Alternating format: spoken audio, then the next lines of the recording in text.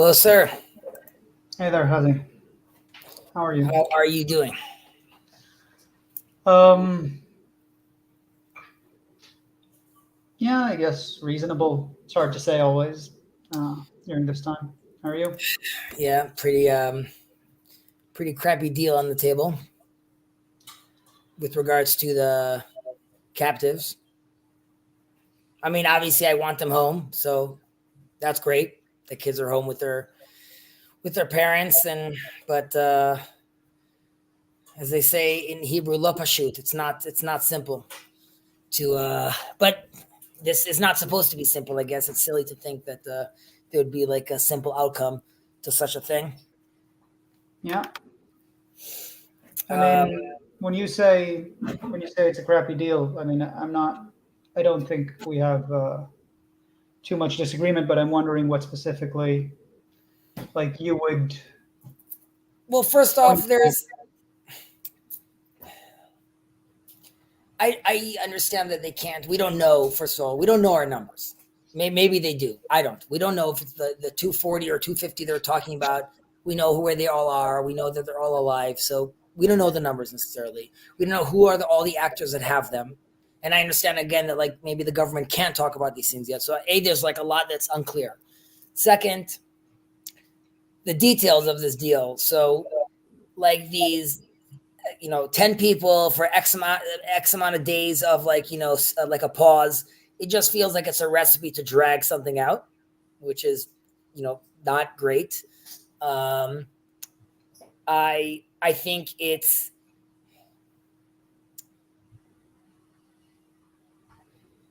well, I'll get to that in the end. I also think there I mean, like, there's a sense where one of the deal is that the prisoners that we're releasing, they get to choose where they want to go. Like, the option is get the F out of here. That's the option. You're free to go, you leave, and then leave the country. Like, I don't know why we're doing this deal of like, and you get back to go to, Judah, Samaria. And you can be like, well, that's where they live. The deal is like, you're getting free and you're welcome to go to any other country that wants to take you right now. But like, we're not releasing prisoners again into our populace when we've already been bitten by that in the past. So I think that's a little ridiculous. If anyone's watching, they should realize that like the leader of Hamas was deathly ill. We took care of him in Israeli hospital while he was threatening us that he's going to be eating our livers. So that's a little ridiculous. And lastly, which probably is like the most controversial, I'm not even saying that I'm right. I'm just saying like where I personally stand is, or well, I'm not even sure about it, is focusing on the like these deals are taking into consideration the individual, and a nation should be looking at the collective. And once you start doing deals like this, are we now turning the other 7 million people in Israel, are they captives in a certain sense, because we're all now locked into this deal of these individuals? As horrible as that sounds, there's a part of me that would like this to be like a more cold calculation. But it could be that again, I'm not reading the map. It could be that like that's not an option, or who knows. But it just it just seems like not the greatest deal for us. So, to me, it seems like there's an element of this deal and the whole situation that is, in a sense, inevitable. But going back to what we've been talking about a lot,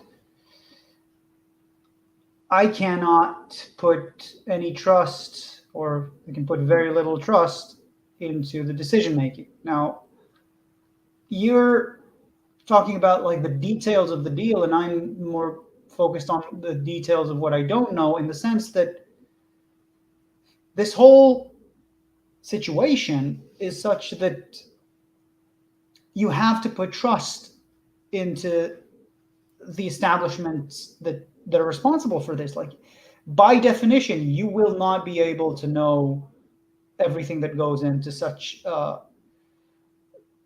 complex situation. Uh, and dilemma, right? Obviously, he talked about this also in a podcast, saying like that there are dilemmas that like solvable dilemmas versus unsolvable dilemmas, and the unsolvable ones. It doesn't mean that there's no progress to be made, or no better or worse choices. It means that even as you choose one horn of the dilemma, the other horn's validity does not waver, does not like the whether you choose to let's say sacrifice uh, some of the elements that are positive for us in keeping the terrorists in prison and not releasing them. um, there's that element, and there's the captives on the other hand, and like you're going to have to choose something, and the opposite choice does not then like disappear or become clear like what you should have done. It seems to me like the release of the captives, considering so many elements of how this has happened, and of Israeli society, uh, and everything that goes into that, in our own history with captives in other cases. Um, We have better numbers now. I'm saying the ratio is better. Last time we did 1 for 1,000, right? So yeah, and I think when you look at the deal for Gilad Shalit, it was very highly criticized. I think, I mean, also praised, but definitely across the board there was a lot of talk about like whether that's actually legitimate to even go there, like to negotiate in that manner, and what kind of precedent you're setting. I think, like you this is said, also very different though, because that's a soldier. These are civilians. exactly like that's what I was about to say, that situation was like a soldier, as painful as it is, like that's their job. They're supposed to defend civilians, right? And if and one of the things that could happen to you as a soldier is you could fall into enemy captivity. Definitely, if you also fall asleep, right? It's not ideal in his scenario that like he was also like they screwed up as well. Yeah, I don't know like every single detail of what happened, but yeah, it's clear that they had screwed up, right? Like, but I don't know. I think soldiers, like anyone in any situation, but soldiers specifically, like you screw up a lot. That's a part of kind of being in that situation, and I don't know if I would like pin that on regarding the deeper and more like significant moral dilemma to go into that, right? Like even if it hadn't screwed up, the situation would be very similar. If he was the best soldier, like it wouldn't have mattered in the. Yeah, I guess my point being that like in a certain sense, you're like, okay, A is a soldier. B, like he sort of made his own bed. But like you don't have that at all with what happened like in Gaza. There's no like this was always supposed to be avoided. And why you can say like we should always avoid soldiers getting kidnapped. The second you make him a soldier and put him on the border, then you're already creating conditions which are not ideal. Right. Yeah. So like obviously, this is a different sense, but I think on the leadership level, and forget the Gilad Shalit catastrophe, so to speak. Here, all these decisions would have been much better if after October 7th, Bibi said, "Listen, I'm not stepping down. However, after the war is over, either I'm having another elections and I'm not running." There should have been some sort of. It would have just made everyone feel that he's focused on the game and not focused on the politics. And there is a sense where, like, do you think he's focused on the game and not in the politics? I don't. I'll tell you why I say yes. It's because I think the stakes are like incredibly high. And I could be wrong, of course. Ultimately, I think that like because I have faith in humanity, generally speaking, because I don't think Bibi should be the prime minister anymore. I don't think I want to believe that he wants to bring the babies home, the people home. Like, I know there's no way he's like, oh, this is fantastic. Like and maybe he's reached like next level, like Machiavellian of like, I'm going to let these two kids stay so I could do this. I don't know. I would think that as a prime minister, as a citizen of the Jewish people, the son of Ben Sion, the brother of Yoni, I want to believe the father of other children. I want to believe that is what's leading him. Now you have like your other safeguards, rather the fact that like, you have Benny Gantz over there, which you'd also think would be like, if he felt Bibi was just losing control or playing games, he would mention something, which let's say we saw a hint of that with like the coalition money that was going on right now. And he caved pretty much immediately. He so just said, I will not cave to that. And then they said, oh, we're doing it. And then he said, okay, I'm caving in.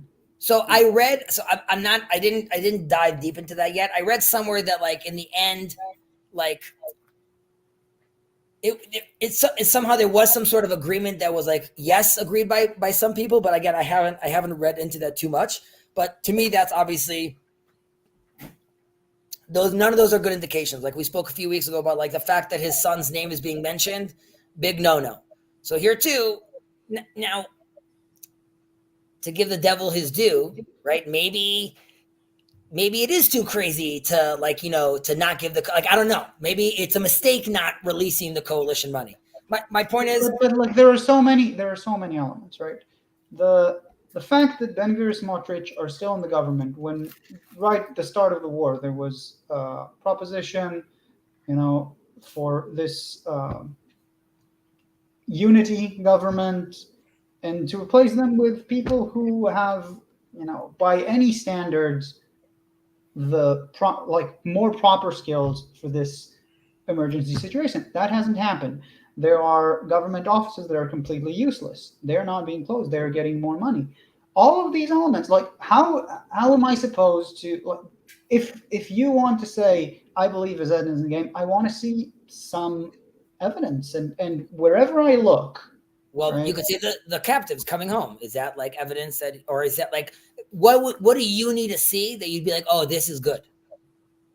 What do I need to see to say like that this is good?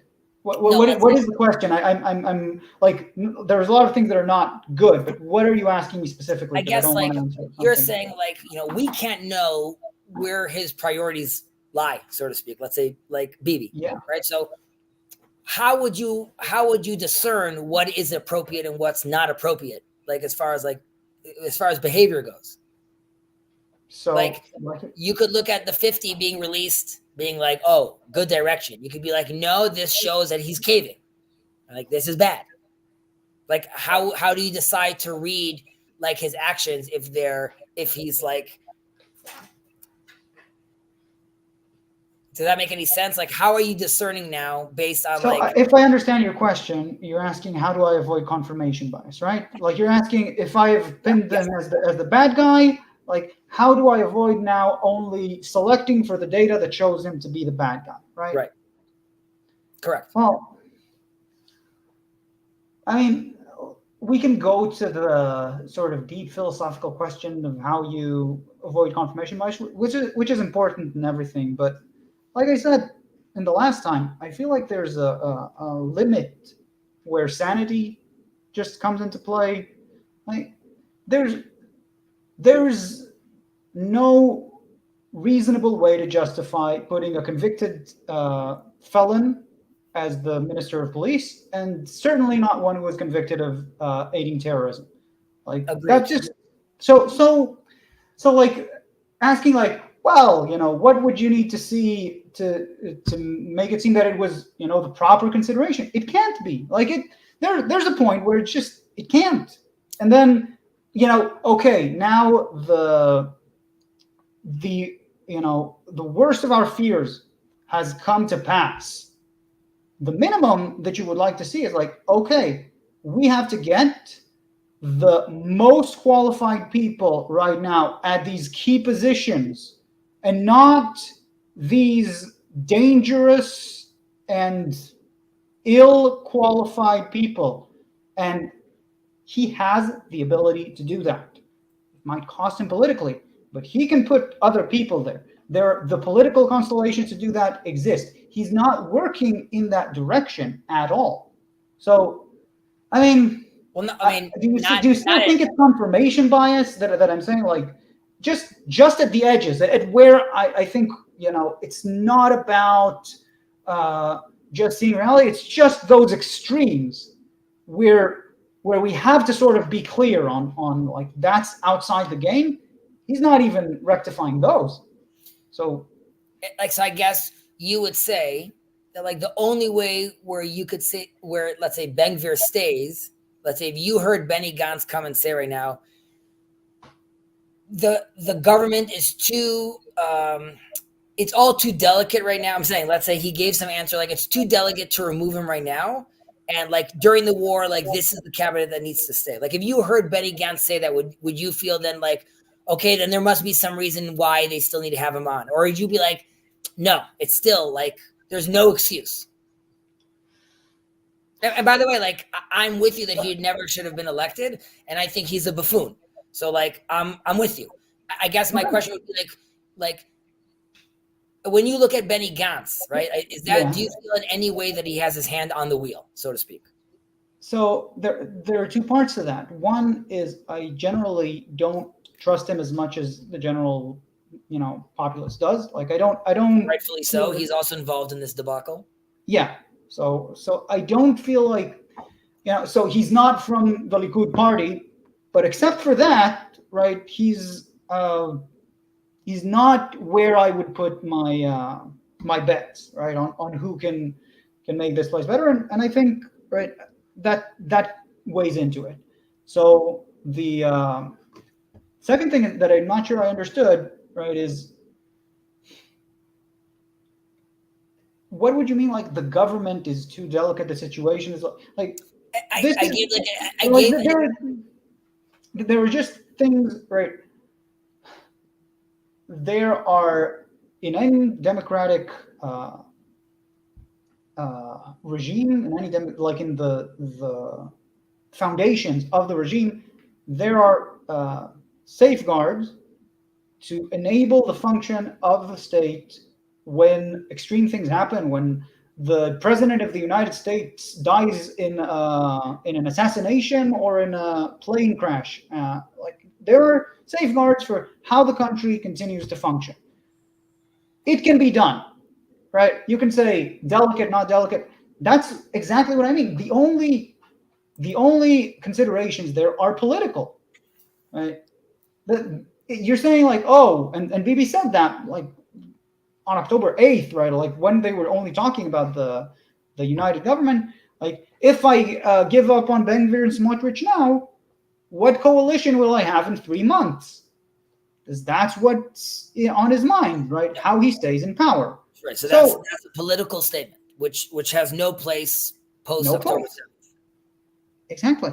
So again, every indication when we hear something come out of him that is not, let's say, completely engineered as propaganda, and I'm not saying propaganda necessarily in the negative sense, but like, that's a part of what happens at war and in peacetime, right? Everything we see from within the political sphere is just petty politics, the same that we had pre-October 7th, and like, I think even in some cases on steroids, right? Yeah. So like, that's how I see it. And seeing that, like, I really do not see any indication of remorse, any indication of accepting responsibility. I think, like, to be very very kind, like, to give a lot of credit that might be undue to Bibi, I think he, at the very least, sees himself as the only person who could have any sort of skills to do what is necessary for the people of Israel, whatever you could say, it's the effective power or whatever it might be, and he is still seeing the gain, right? The possibility that he will not be with his hands on the wheel is still the worst possibility for him. Right? That's while there's a strong while there's a part of me that can't deny that that's like a pattern that's repeated itself. Given the personality, you could say, let's say, that's definitely there. I choose to believe that, like, in this kind of crisis, that's not the priority. However, I understand how you're saying, like, Chazi, for me to believe what you're saying, then I would need to see, like, get rid of Ben-Gvir, and I would feel like more comfortable. Or like I said earlier, if he would have said, after this is going to be elections and I'm not running again, right? You'd be like, okay, great. So, like, then I have a question. Let's say he said something like that. Let's say he said, I'm not running again afterwards. Would you feel more comfortable that Ben-Gvir is still there? Or would you feel like, no, it still needs to go? And by that, I'm saying, like, would that stress the point that, like, that's not being touched because, like, we don't want to play with something that, well, I guess he wouldn't have any reason not to do that at that point, because it's really like, as I'm again, saying, it's just so right. So I mean, it's just like you're trying to build a sane world out of this insane, like, a sane hypothetical situation, and I'm with you. It's that's a stretch. I mean, to be honest, there's obviously a part of it that is, for my own sanity. You know what I mean? Like, you don't want to be walking around being like, we're fucked, basically, most of the time, because that's not the mindset I want to be in, right? So, well, it's true, and I think, like, there's something.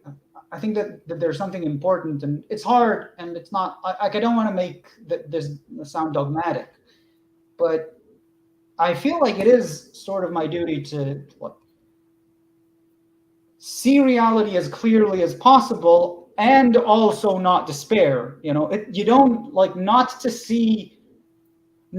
avoid seeing what makes me more prone to despair, right? And I'm again, one of the reasons I'm talking to you, and I've mentioned this before, is because I want to see reality more clearly, and because I don't think that only speaking with my milieu of people is going to let me see reality as clearly as I should.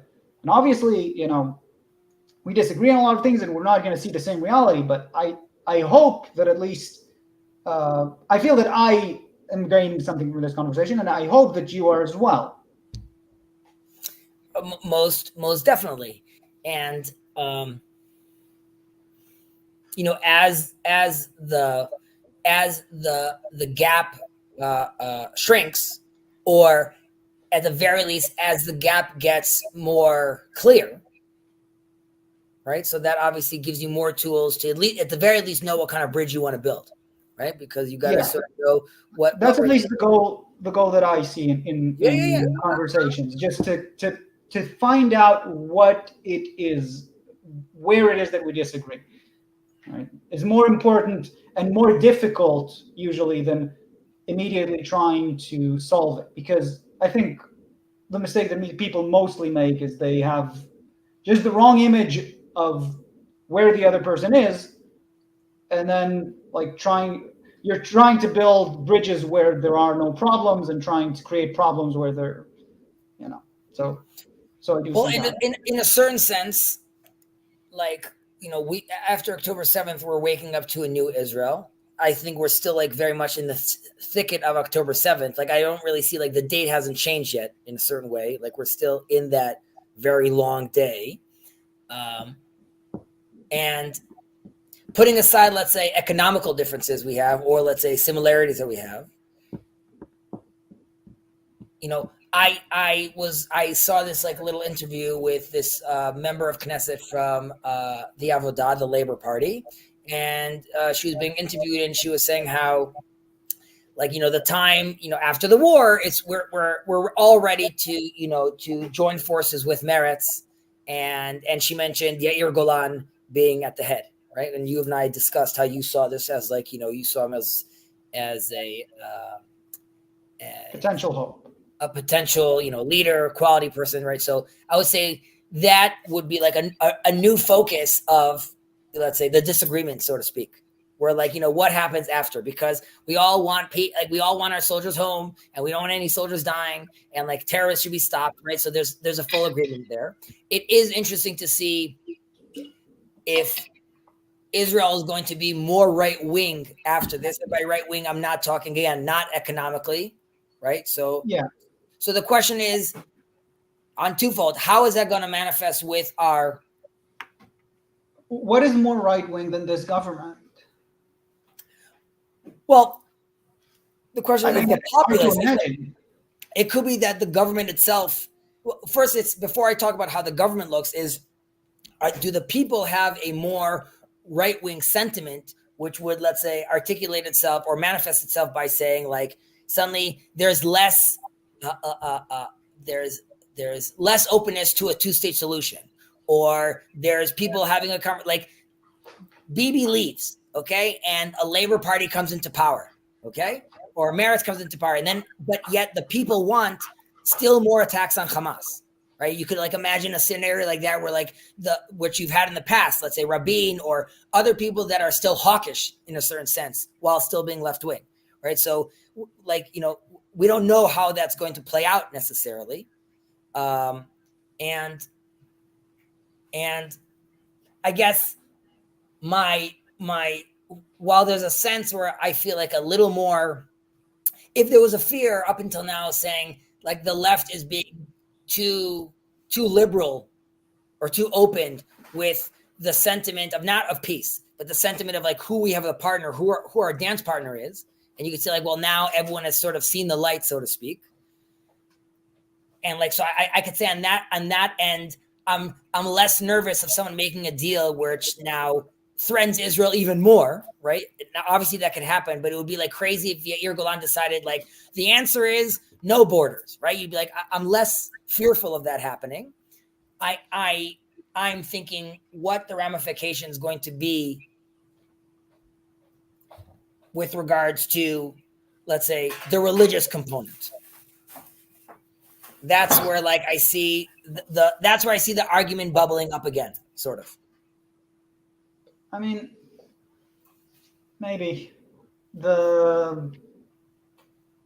we've talked about this in our first conversation, and I think still up to now, I think that the element that we should all agree and that would be better that we all agree on is just the removal of as many of the coercive elements that go into any of our religious affairs, right? And I mean, but that might happen though. Like, I'm just saying, I really don't see why, like, the let's say, I don't know, quote unquote compromise. I don't think it's a compromise. I think it would be just like, it's not a zero-sum game, so it would be just better for everyone that, that Tel Aviv and Hod HaSharon can stay liberal and secular cities, and Bnei Brak can rest assured that they won't have the gay pride parade going through their city, right? And they can live their lives the way they do. I think like I don't see why that's a contentious thing. And again, I think that a lot of, just to put it in perspective, right? I think that a lot of the animosity and the clashes that are happening are more generated for politics than real deep issues that are that are about like how we need to run the state. And some of it goes into, where the money goes, right? Who gets the monies, and this is where I think like a lot of the divide should be going, and things that we really need to discuss and decide as a state is what happens with the settlements. What do we want to do? Right? The situation that we have in which we're committed to indecision is bad for everyone. And that's, I mean, I don't see how that contributes, and I think it's putting us at a stalemate. And I certainly agree with Leibowicz's statement that the day-to-day of holding civilian population under our military rule is something that corrupts our people, right? And I'm not saying I have like a fix-it solution, but the fact that we're just going on day to day, going like, that's fine, right? Like that there's no urgency in the government, in policy making, in everything that goes into that to say like, this is really bad for us. We need to find a way to solve it. Now, if you're asking me, how do we solve it? I don't see like anything close to Smotrich's delusions on what can happen next. I don't think that millions of Arabs would be moved or deported, or all of those ideas. And I think any attempt or even like discussing that is putting Israel at in a worse position, both internationally and with our closer neighbors. So to me, like that's where my opinion lies, and maybe you would disagree with me that there needs to be a separation in the sense that we need to decide who's a citizen in our country and who isn't. Now, you can call this another state, and you can call this an undefined territory, but like there's a point where you need to say this is not a part of Israel, because if it is, then that is like both demographically, but also in the sense of just the people themselves, that we don't want living all of them in our midst. Why? Why don't we want all of the people of the West Bank living in our midst? Because of the level of animosity, right? Like, so to me, like as Robin said, but I want to just ask though, and I'm assuming the answer is yes, but is it because, do you identify that the level of animosity is like, at least now is on, like you can't work with it? Or do you feel like, no? I mean, what do you like, mean you can't work with it? So what do you mean you can't work with it? Like that's where the crux is. Like, right. So if you're saying that this will be the animosity for all time, then I mean, I not don't all time, but as far as I'm concerned, even 50 years is too long, right? Like it's not so like it doesn't mean it means it's nothing that like it's too much to ask. Well, you could be like, no, a real leader would, but like it's a lot to ask from leadership that like it's going to be past them, their kids, and their kids to make a decision that has to deal with like there's at least 50 years worth of animosity right now that you have to like sort of deal with. And what conflict has been solved without that sort of foresight and forethought? Well, no. So you could say that. Like it's like the Talmud stories, you plant a carob tree, right? Not for you to eat from it. So that's why I went back to like, I'm not worried about the sages' foresight, right? They saw things down 3,000 years down the line, right? They're playing the long game. The leaders we have right now, and ironically, Bibi, who says like my father's an historian and I study history, right? Like it would be great for you to use those skills right now. But like I'm saying, it's very difficult to ask someone from a political level to be looking all the way down to be like, right now I have to deal with like this hot potato and I can't just like I can't put it down anywhere where like there isn't necessarily damage. But I'm taking a step back for a second.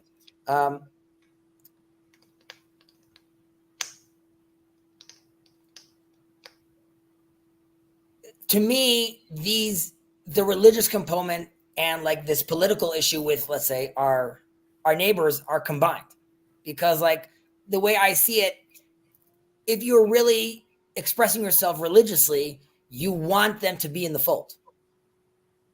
Okay, and I see like the Abraham Accords are like are a data point for that, which is like that is the kind of conversation we want to be having.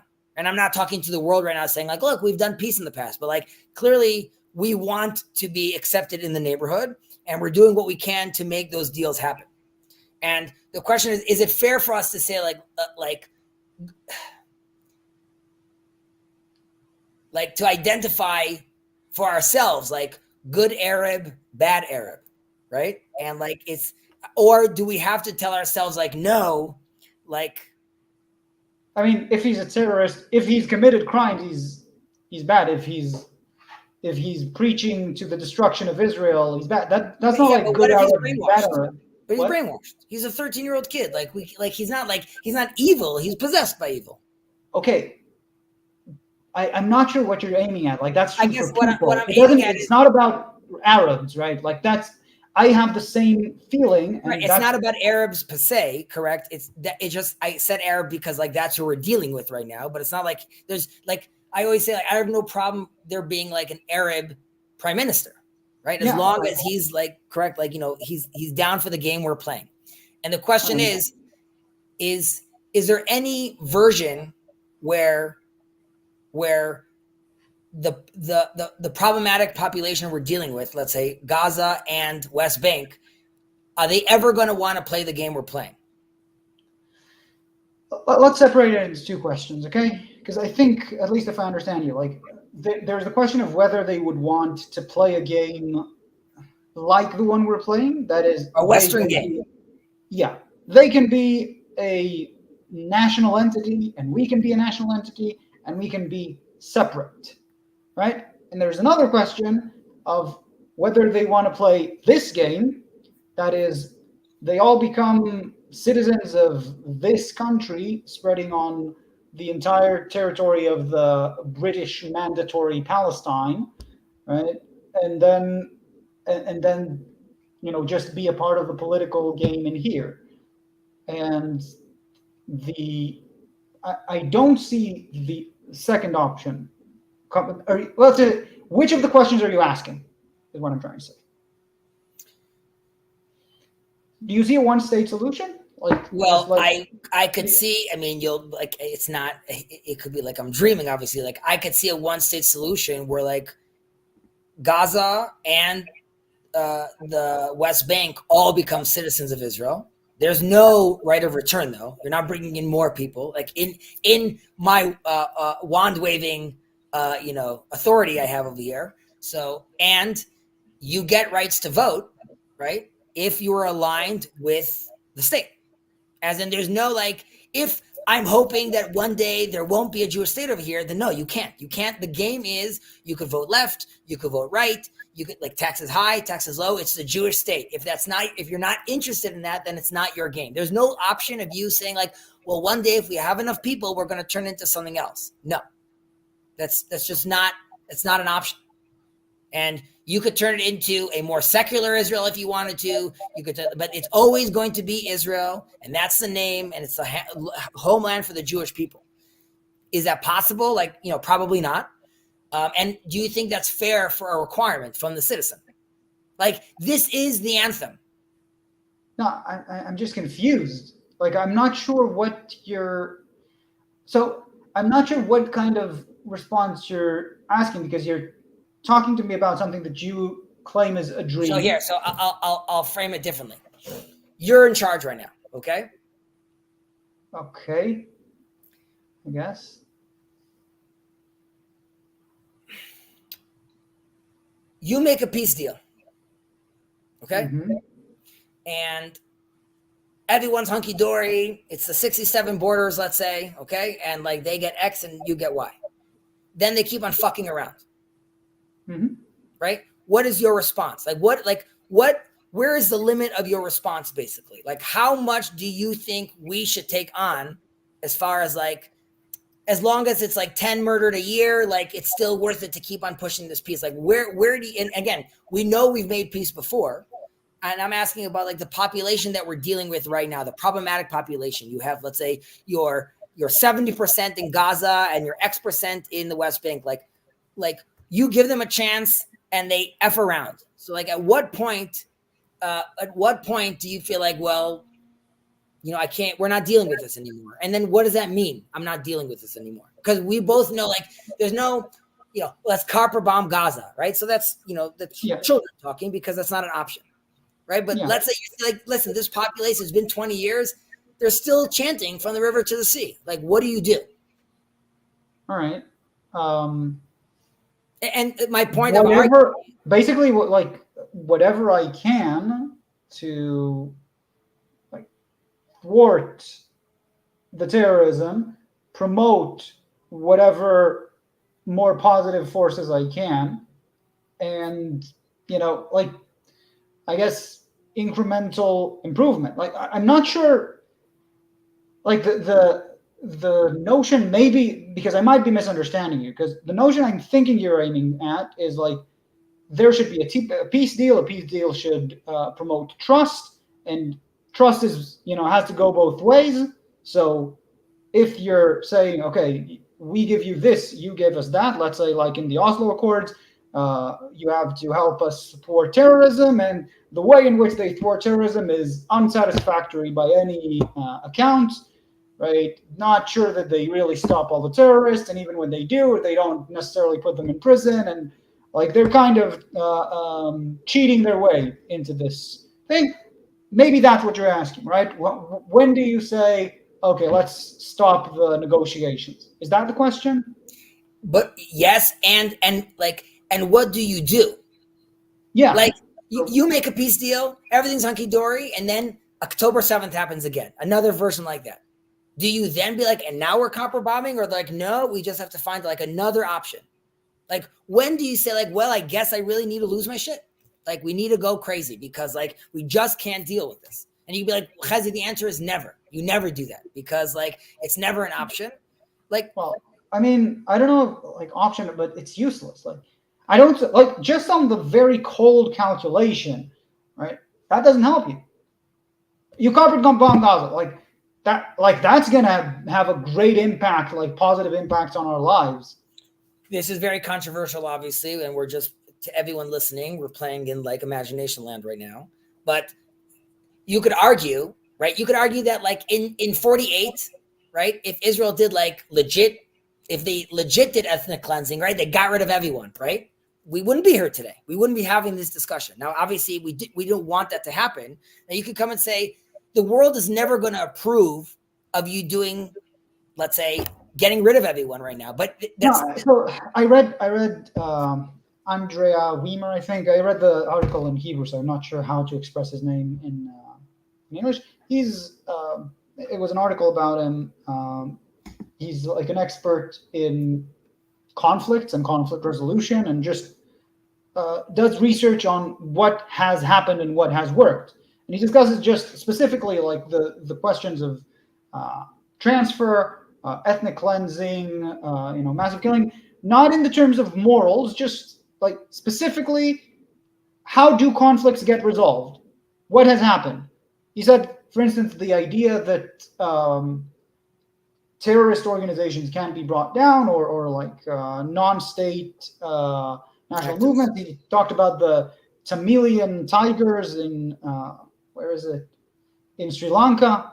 So they were basically just militarily defeated, and that has happened, and that's how that conflict was resolved. So you can't say that never happens, which is a claim that some people make, and I think ISIS is also a claim that people make. And though they still exist, ISIS is defeated. It had 12 million people under its rule, and now it has basically, some guerrilla cells somewhere. That it doesn't exist in the way that ISIS exists. For all intents and purposes, it's been defeated. Yeah. So like those are things that have happened, and he discusses like ethnic cleansing of different types, and he says 19th century, early 20th century, those are things that happened. They stopped happening, and generally today they are very problematic. Whatever moral standards you have, like even if you remove morals, and like to me, that's why I don't like. Yes, it's morally wrong. It's good that we didn't do it in 48, but also I don't find that discussion to be very interesting if it's also not efficient. So like Well, why? but you're saying it's not efficient. Clearly, North America is not dealing with the natives anymore. No, yes, but like I said, if the data shows right, like that generally has stopped, and that attempts since the mid 20th century to pursue those kinds of tactics are just bound to fail, even when they had been attempted. And again, that's a question of data, but the data that I've seen at least points to the fact that like that discussion might be or is very likely not relevant. And I'm not sure, like, do you want to go there anyway? We can try, but like that's just why I find it not interesting. It's less of not going there anyway. It's more about what are your tools to combat that, like, I mean, that's a great question, but why wouldn't like peace be a part of your tools? Or generally, let's say, let's not even just like peace as this kind of vague notion, but any sort of political understandings, promoting political understandings between the different parties, working on that front, which we have not been doing sufficiently with the Palestinians. Like, you can talk about the Abraham Accords, which I think we disagree on different aspects of them. Yeah. But generally, with the Palestinians, the promotion of political agreements, of, let's say, reducing the level of animosity and conflict, and promoting more of what we do appreciate, like we haven't been doing that. And there are many indications that we should. Okay, so what I wanted sort of to flush out from you is sort of what does it look? Yes, I want to attempt peace, right? Let's take a step back again for a second. So, Japan and Germany, America comes in, says, this is the curriculum, these are the teachers, this is what you're going to be learning, and they're down to play with the West, right? The question is, like, what are you doing with the population if they, like, what would be too much to handle? I guess. Now you could say, like, listen, Chazi, October 7th is horrible, and it just pushes us to, like, move towards peace. And you could be like, why are we having this argument? I just want to see, like, how far do you go with it? You make peace, we try it again, and again we have, like, it explodes in our face. What is the lesson that learned? Is it like at any point is it like, maybe I can't make peace with this, or like that is too much of a defeating attitude, and that could just never be the option? The attitude has to be, there's always going to be peace. And like, should it have been attempted with, like, the Nazis? And again, to clarify, Arabs are not Nazis. I'm not saying that at all. Just saying, like, no, I'll put it where, and Max, I don't know why I'm being intellectually dishonest, but I'll gladly, you could expand on why you think I'm being dishonest, but I'm not sure what I said right now that was dishonest. But either way, I'm asking you, Gilad, at what point do you be like, well, maybe it's not working? So you asked about Nazi Germany, right? And I think it's a good example because the world decided, and I think rightfully so, at some point during World War II, that at its current form, there are not going to be any negotiations. This force has to be defeated, right? Not let's say appeased in any way, not as many people say in other political contexts, that it would be bad if any side loses this war. Even not as like the supposed conclusions from World War One would say that like the humiliating peace deals of World War One actually laid the foundations for World War Two. Nazi Germany needed to be defeated, like utterly defeated, in a way that would not be let's say questionable in that sense, and then rebuilt as something else. And I think like there are situations in history where that is a thing, and I think Nazism and ISIS that we've already talked about are two examples of that, where the world just said, no way, no negotiations. This is not some people that can be reasoned with, and now it comes to force. That I think that has to be like an option. But then when you go towards force, right? And you have all of the different tools that go into that. You target the nodes of control, you target the leaders, you whatever you need to do. And that's what we're doing with Hamas. And I think that's like a good thing to do, right? And no argument there. And I don't think that whatever we do now, we need to then somehow make peace with Hamas specifically, because that's an organization that in its charter, like as the way it is defined, it will never abandon its animosity towards us. Like that is where they stand. And So that's what I guess, we have to find. so I guess how much of the population in Judea and Samaria, in the West Bank and in Gaza, do you Why is that the question? Why that wasn't the question with Nazis, right? You didn't ask how much of the Germans do you need to kill in order to stop Nazism. But I'm asking you now. You attempt to make your peace, okay, and then you see like I guess like what does it need to look like for you? What is like the critical mass where you're like, oh, I'm dealing with like a Nazi problem again? It doesn't matter if it's Arab or if it's French. What like now? Arguably, you could say, listen, if we don't know these stats, but let's say if I show you, listen, 70% of the Gazans are pro-Hamas. Now you'd be like, we got rid of Hamas. It's been 10 years. They're no longer there. We brought in more money, and they still 70% still want the destruction of Israel. What does that mean to you then? After 10 years, we poll and we say that's what they want. Okay, so what it means to me, right? As a decision maker, is that we have a hostile entity, neighboring us. That's what it means to me. Like the neighboring us is better than embedded within us, if they're a hostile entity. And if we need to fight a war against them or against Hezbollah in Lebanon, okay, Lebanon is a country that is not Israel, and I think that's what it should be like, right? Like when you're talking about peace, yeah, we don't have peace with Lebanon, right? Hezbollah is on our borders. We're fighting with them right now. I'm not happy with it, but clearly we can't establish now a peace with Lebanon. The Palestinians in the West Bank and in Gaza are not separate from us. And, so that makes everything so much more complicated. Completely understand. So in this version, we made peace with the Palestinians. We've given them a state. Okay, now you're saying, listen, Chazi, now it's less of a problem, right? Because now they're a real state. And if they're playing around, now I could be like, well, I'm attacking another state. It's a different game. It's different rules, right? Now, I won't be that naive, right? But let's say that's my argument.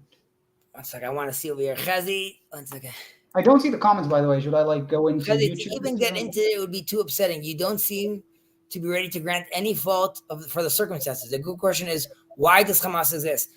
I mean, I think this is like a silly conversation, honestly, Max, because, and you're saying the self-righteousness over here. It's very simple. Israel did a lot of bad things. No problem. We did genocide. We kicked people out of their house. All I want right now is 0 death. Don't kill anyone because they're Jews. 0, none. I think that's very fair for me to ask, Max. That's what I want. You could have land, build synagogues. We could pray together. It's all hunky-dory. Don't kill anyone. 0 teaching of death. 0 naming schools after suicide bombers. 0 funding any terrorists. 0, none. So, like, it doesn't matter that Israel messed around and it's all, that could all be true. It's still, we're dealing with people that want to play in the game we're playing today. And the game we're playing today is, if you want to play by the rules, you're welcome to be a citizen of Israel. You have rights. You could have a job. You could be a lawyer. You could be a doctor. You could be a Supreme Court justice. You could be a member of Knesset. That is what I want. That's what I want for all Palestinians. I have a problem, which is we have tried to do peace time and time again. We've made peace before. So the onus is really on them, so to speak. And is there hardships? Of course there's hardships. Of course we need to be doing more. And I'm completely with you, Gilad, that there's no, and I'm saying this constantly, there's zero conversation, both from secular and religious folk, about, seeing the Palestinian is clearly someone that eventually is going to have to be living here amongst together with us, recognizing that. I'm trying not to be frustrated. I just saw I'm just seeing a comment like this. I'm asking you, Gilad. So you're seeing Maxwell saying, I don't see all the, the other side. Yeah. The other side literally says the same thing. Do you really think it's just they're both the same and the other side is saying the same thing and just like littles? I wanted to weigh in on that, like while you're talking as well.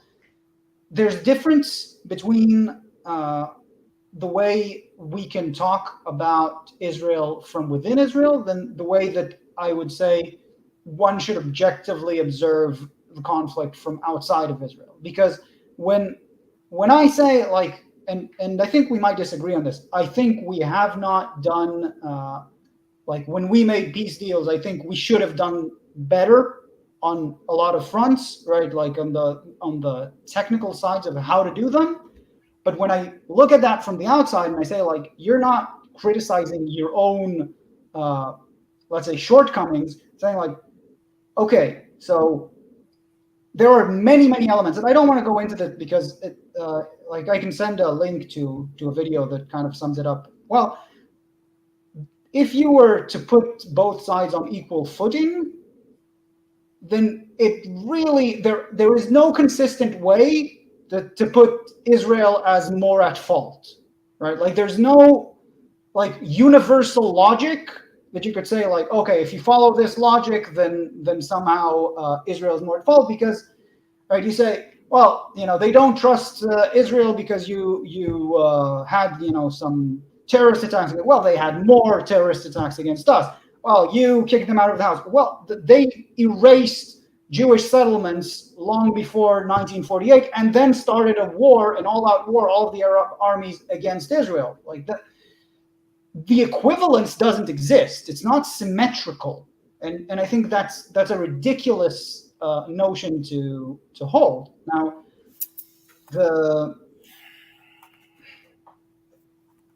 nice. So sentiment, so does that? I don't know what's maybe not, but does that justify mass murder? And well, you might think that this is hypocritical, but I do think I lend that to both directions, right?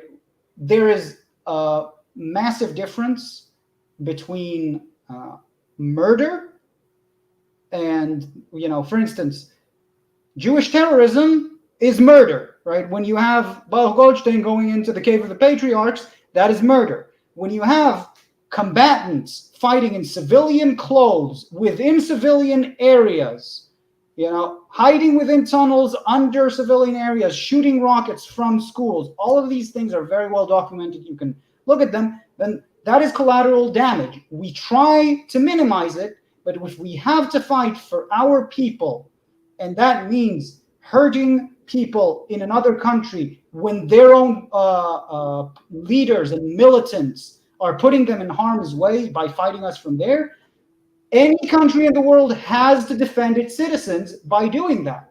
You try to minimize the civilian casualties, but there is no moral standard that allows you to just let people kill you just to avoid hurting them, right? That's, I should mention, I should just also mention, to someone like Max, Israel's had something called the blood wedding, where you could see people chanting death to the Arabs. And Israel's had Jews watch the bombing of Gaza in like previous campaigns, eating popcorn. The difference is those are far and few between, and most of Israel calls that out.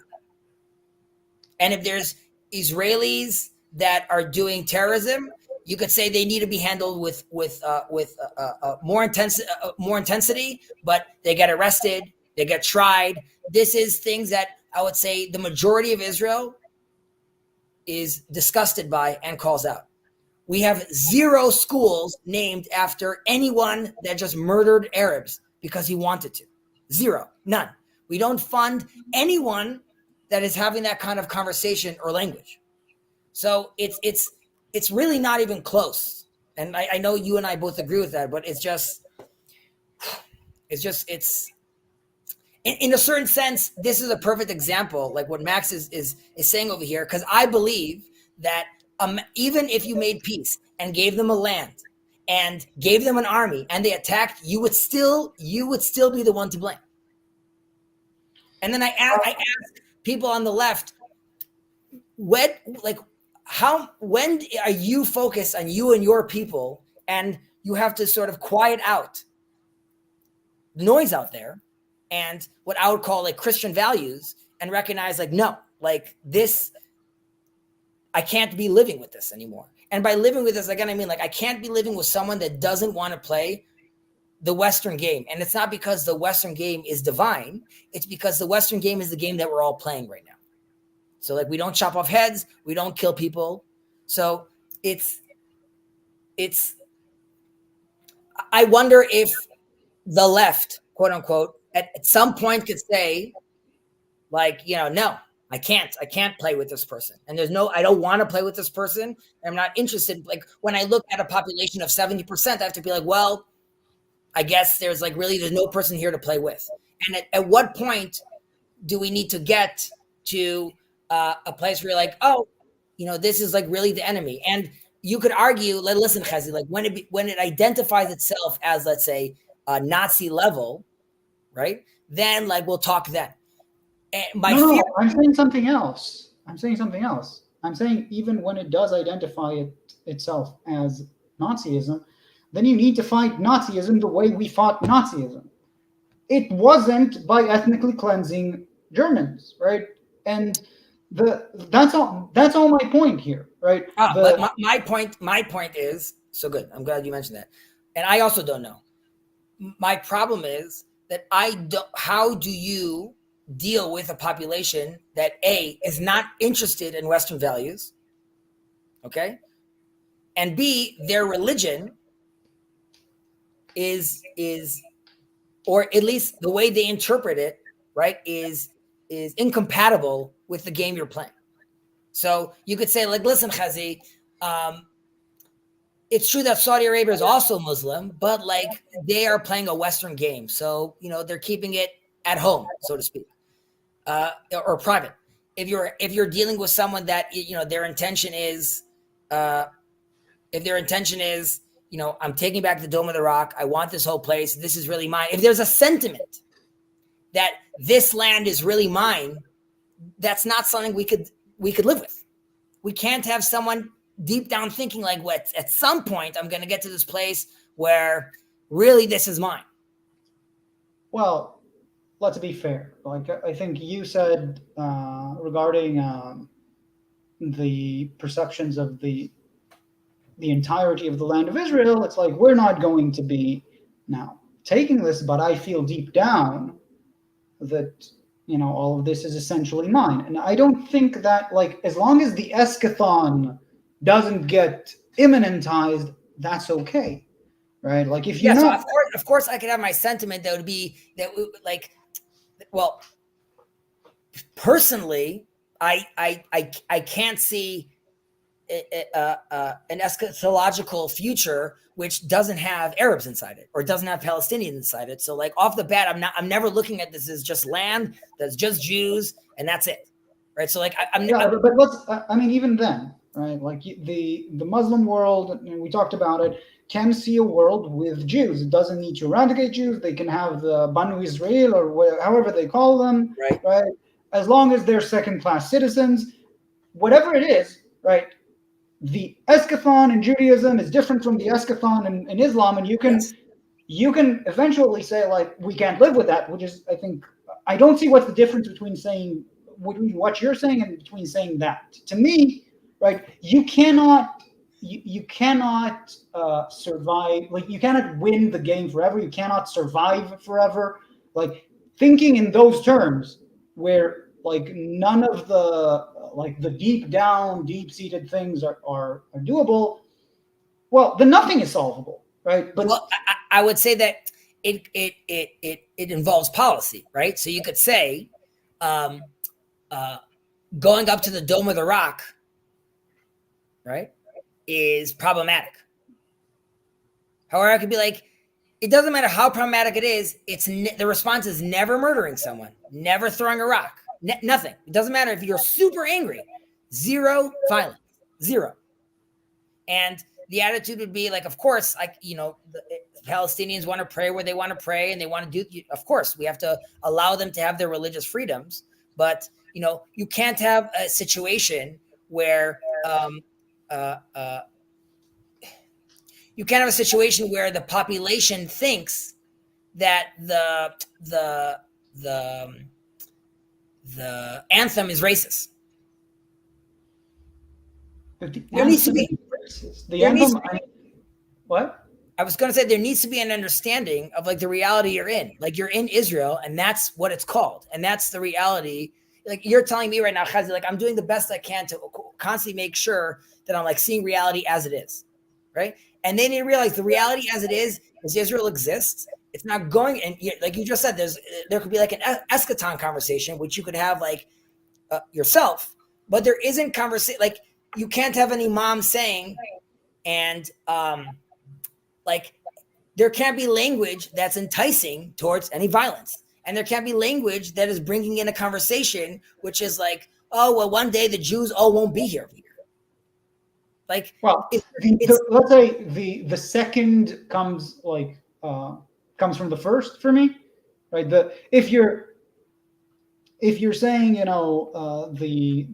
there one day won't be any Jews here, you're talking about violence. That's what I always when I spoke to people from the Arab world who said like we think that Israel shouldn't exist, and it's like, what do you mean it shouldn't exist? That doesn't happen without massive amounts of violence, right? Like if what you want is me dead or my family or me deported, like you're talking about all of those crimes that you ascribe to me, you just want to do them back to me, right? That's where I draw the line. When someone is saying like, we think Israel shouldn't exist, like, okay, well, unless you're living in some la la land where we all just, suddenly realize and we just get up and all leave joyfully, right? You're talking about ethnic cleansing and you're talking about massive crimes against millions of people. Not even to speak of the fact that this country is also the home for many non-Jews that see it as their home.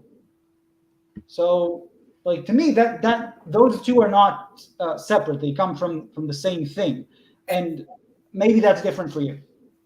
First of all, of course, and we need to do more on our side to make them feel like it's their home, right?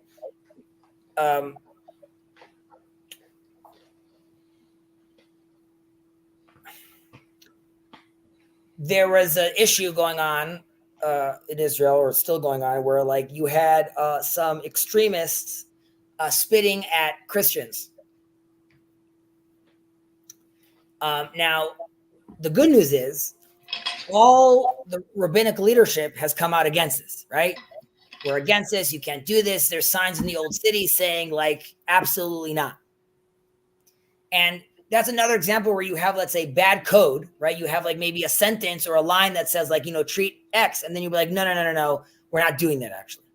And this, obviously we can't force this onto the Muslim community at large, but at the very least with our neighbors, right? Is it fair to condition and again, I'm just talking out loud right now, to condition religious belief. Obviously, I don't want that done to me, right? I don't want someone conditioning my belief. However, I could say like my belief though is not violent, right? So it's like you never want to tell any mom like, Chazi, listen, at the end of the day, like you just said, you have your own eschatological dreams, right? As do they, and they should be able to allow to speak about that. The problem is like my eschatological dreams have so much variation with interpretation, and so much of that interpretation has already turned into more universal, more loving, more understanding. And the question is like, as a society, like obviously we have to accept like, live and let live. But when you're talking about your borders, can you be like, I'm not interested with that ideology next to me. And that's a red line. Like, because I know that ideology, unless it's reformed, always leads to extremism and violence. Because there's the way it's built sort of leads us to there. I mean, it's not that I'm just trying to figure out like what you're proposing. Right? Do I want religious jihadist Islam in my midst? No, I don't. But what are you proposing? Because all I was saying throughout this conversation was, yes, that's a thing. Also, other currents are a thing. I personally know Israeli Arabs. Some of them are mildly Muslims. I don't know someone who's like a devout Muslim personally. And through secular interaction, we can have very positive positive engagements and work together. To me, right, like the extremism is something we need to fight, right? And I'm not okay. I'm listening. Yeah. I'm asking, is that, as careful as I was, is that what you heard me arguing, that I'm arguing for mass murder? I don't know, and I don't know what you were like what this is referring to, but I don't think anyone was arguing for mass murder. If if you could specify what was the way in which that was, like which words were interpreted as that, then maybe we can. I wish we could live in peace with all Arabs. I love my Muslim brother. All I'm saying. So I'll just get back to the point. Go ahead. I think that the dangers of religious fundamentalism are real, and that we, from our own experience, should know that, from our own history and our experience, we should know that they are not isolated to the Muslim world. Sabra and Shatila in Lebanon was a very horrible example of that happening with the Christians in Lebanon who massacred Muslims, and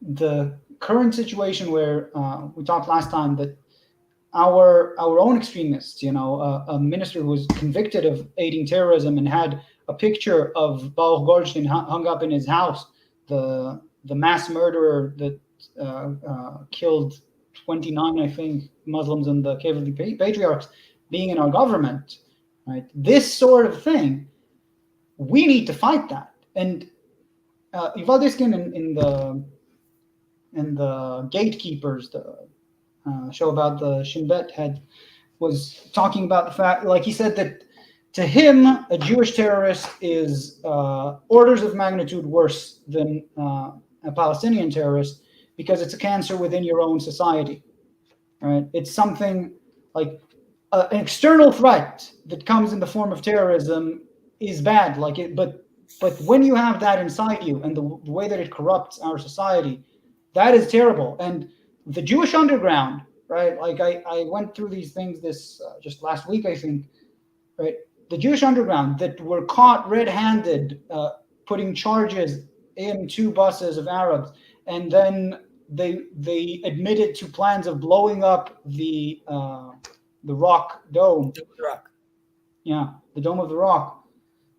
They were tried, but they were almost all pardoned very soon after that. Many of them returned to high positions within the religious Zionism. Zambish came to be the head of the Judea and Samaria Council, and Chagai Segal, his father Amit Segal, he became an author and also held important positions. Right? The fact that we allow that, like that, these people, first of all, were already connected to high levels of government when they were under investigation. Right? And that's a part of what made the investigation difficult into them. And the fact that we allowed ourselves to sort of say, well, they're one of ours, right? Like that we did not pull that out of us.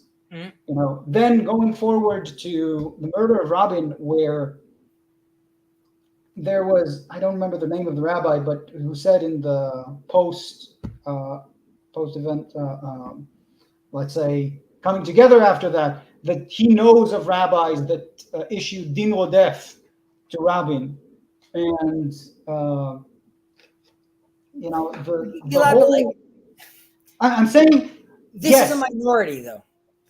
Okay, but again, they got 14 mandates. Wait, 1 second. I want to split two different things. Up until this moment, I want to put aside Ben-Gvir and Smotrich for a second. Okay. I'm not saying that this is the case with Zambush, but for example, but there are leaders that do bad things and then they repent, right? There's Ben-Gvir saying, I'm going to break your bones. And then ultimately he decides, though, but I'm going to have a Declaration of Independence that says the Arabs can leave here as well. Are people allowed to evolve? Number one. Wait, who said break your bones? You mean Ben-Gurion? Yeah. So that's a horrible statement. But I don't give a shit because later he made a Declaration of Independence that talks about working with Arabs, right? So he's evolving. Or are we saying like, am I going back and saying, like, I'm using an example, Ben Shapiro, who's no hero of mine, like 10 years ago, he has this tweet about like Arabs like to live in their own sewage, right? He's since said that was an embarrassing tweet and I've erased it and I have a thing about the things I regret.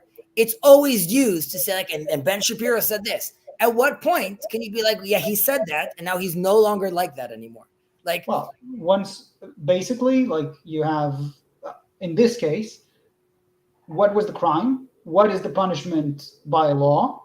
Mm-hmm. Serve your sentence.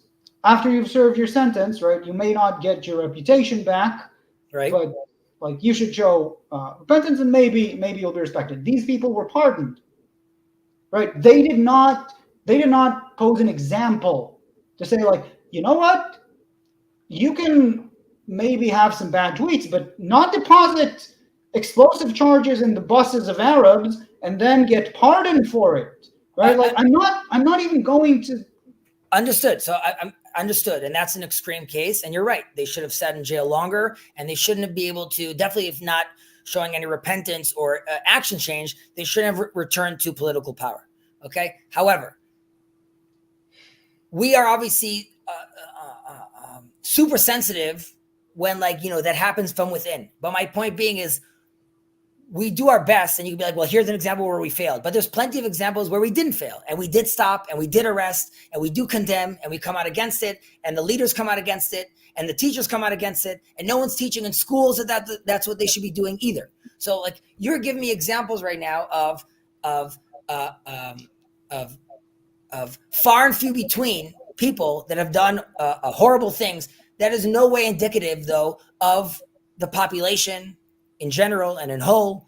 And that's why, like, these are like, what are these cases? What I'm trying to point to, Chazi, is that I think that those are the early warning signs, and even not so early, right? Like when you have, when you look at a society that has this as, let's say, their MO, right? Like it's being taught at schools. It's like, I'm not comparing us to Nazi Germany in the sense of the final thing, but there is something about the way the Weimar Republic deteriorated into an idealistic dictatorship that bears, you know, resemblance to processes that are happening here. And again, like I'm not saying that that's where we're going necessarily. I'm saying something else. I'm saying that if there's a lesson to be learned from what happened there, right? It's that there are signs to notice when it's early.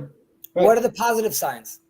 Like, why can't I juxtapose that to what about Naftali Bennett bringing in Arabs into the coalition? Isn't that like a huge deal? And when everyone's like, wow, Naftali Bennett did that. Isn't that worth like 10 of like a terrorist to try to do something? How about the fact that we did do peace with Jordan and with Egypt and with the Accords and with Saudi Arabia? Isn't that be like, well, clearly Jews don't hate Arabs. And clearly that is where they're moving forward. And clearly that's what they want. And that's in the policy. And like, is that like, what is that worth compared to like, why are those actions not speak much louder than, let's say, the words of extremists? Like, I'll answer if you want. Right? Please. Because at least that's how I see it. That's how I see it. That unlike moderates, extremists have an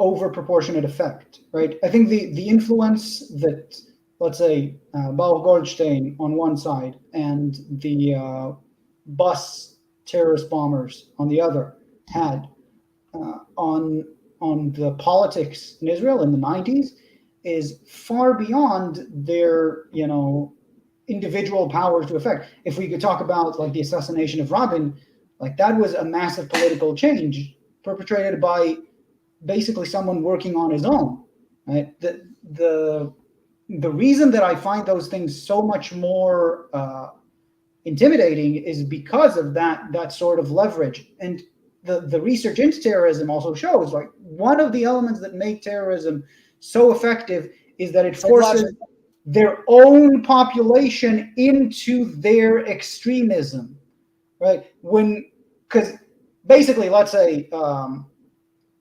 Hamas perpetrates the October 7th events, and yes, the population there was pro Hamas before, not a good example, but just like the mechanism in general, right? You perform a terrorist attack. Now Israel has to respond, and I'm not arguing it has to respond. No country could exist, that allows something like that to happen without responding.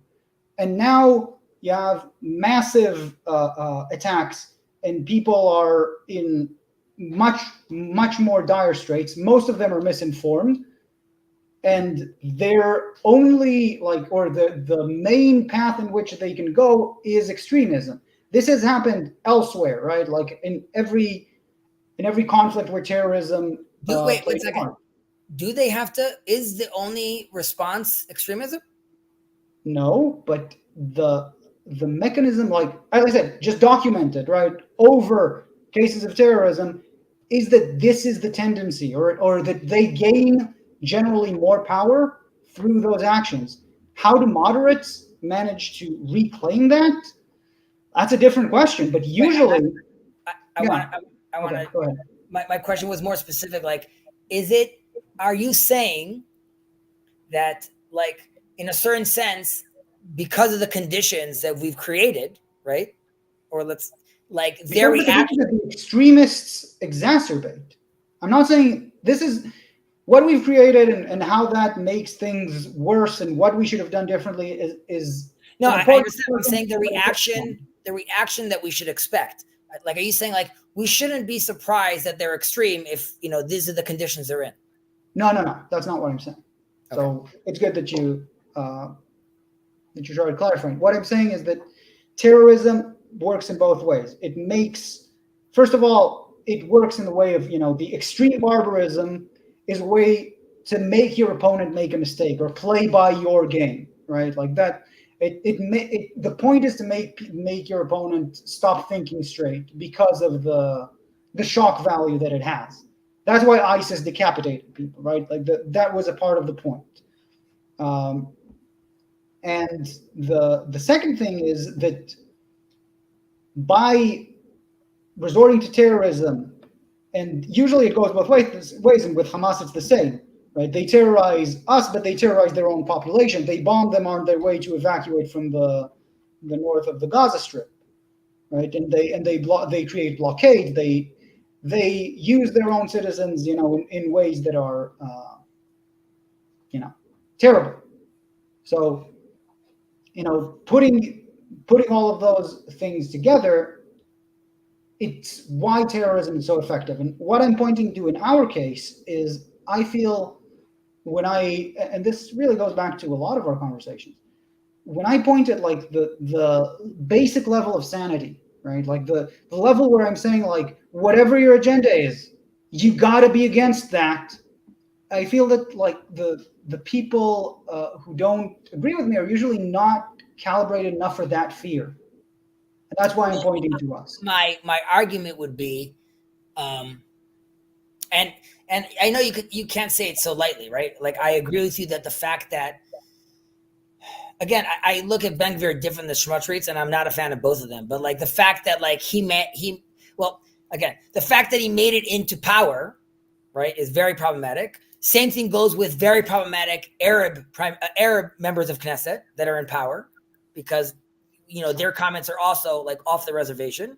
And you could argue like, well, if I'm going to have someone like this inside, it's not crazy for me to have like an extremist Jew. I'm not saying that's healthy. I'm just saying like someone could be like, well, that's represented, right? So like, why am I not represented in a certain case? And you could be like, even if that's true, Chezi, I would be a lot less concerned if Ben Gvir had like 4 mandates, but he doesn't have 4 mandates. He has 14 mandates, and he has a tremendous amount of power. So you and I are in agreement that is a red light.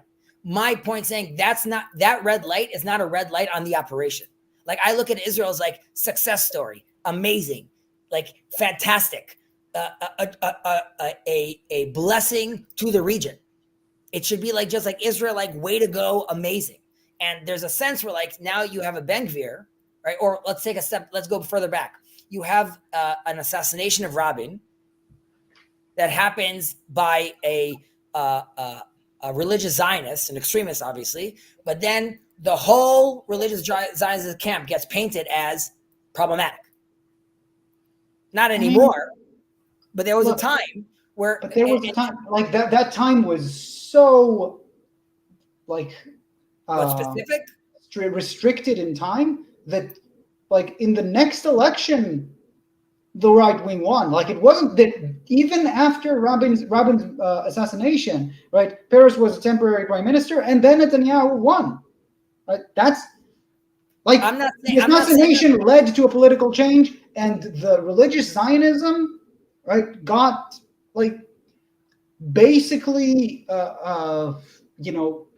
political power increased out of it. So like, it's, I don't see how I'm not arguing that things became more left. I'm arguing that I'll just add one thing to that, like the sentiment, and I wasn't old enough to like confirm it, but the sentiment that I hear of people on the left is that after the murder of Rabin, there were all of these conversation circles, and these let's come to unity and let's understand each other. And today, and long before today, they feel completely betrayed. They feel like all of that actually what they really were the people dancing on the street.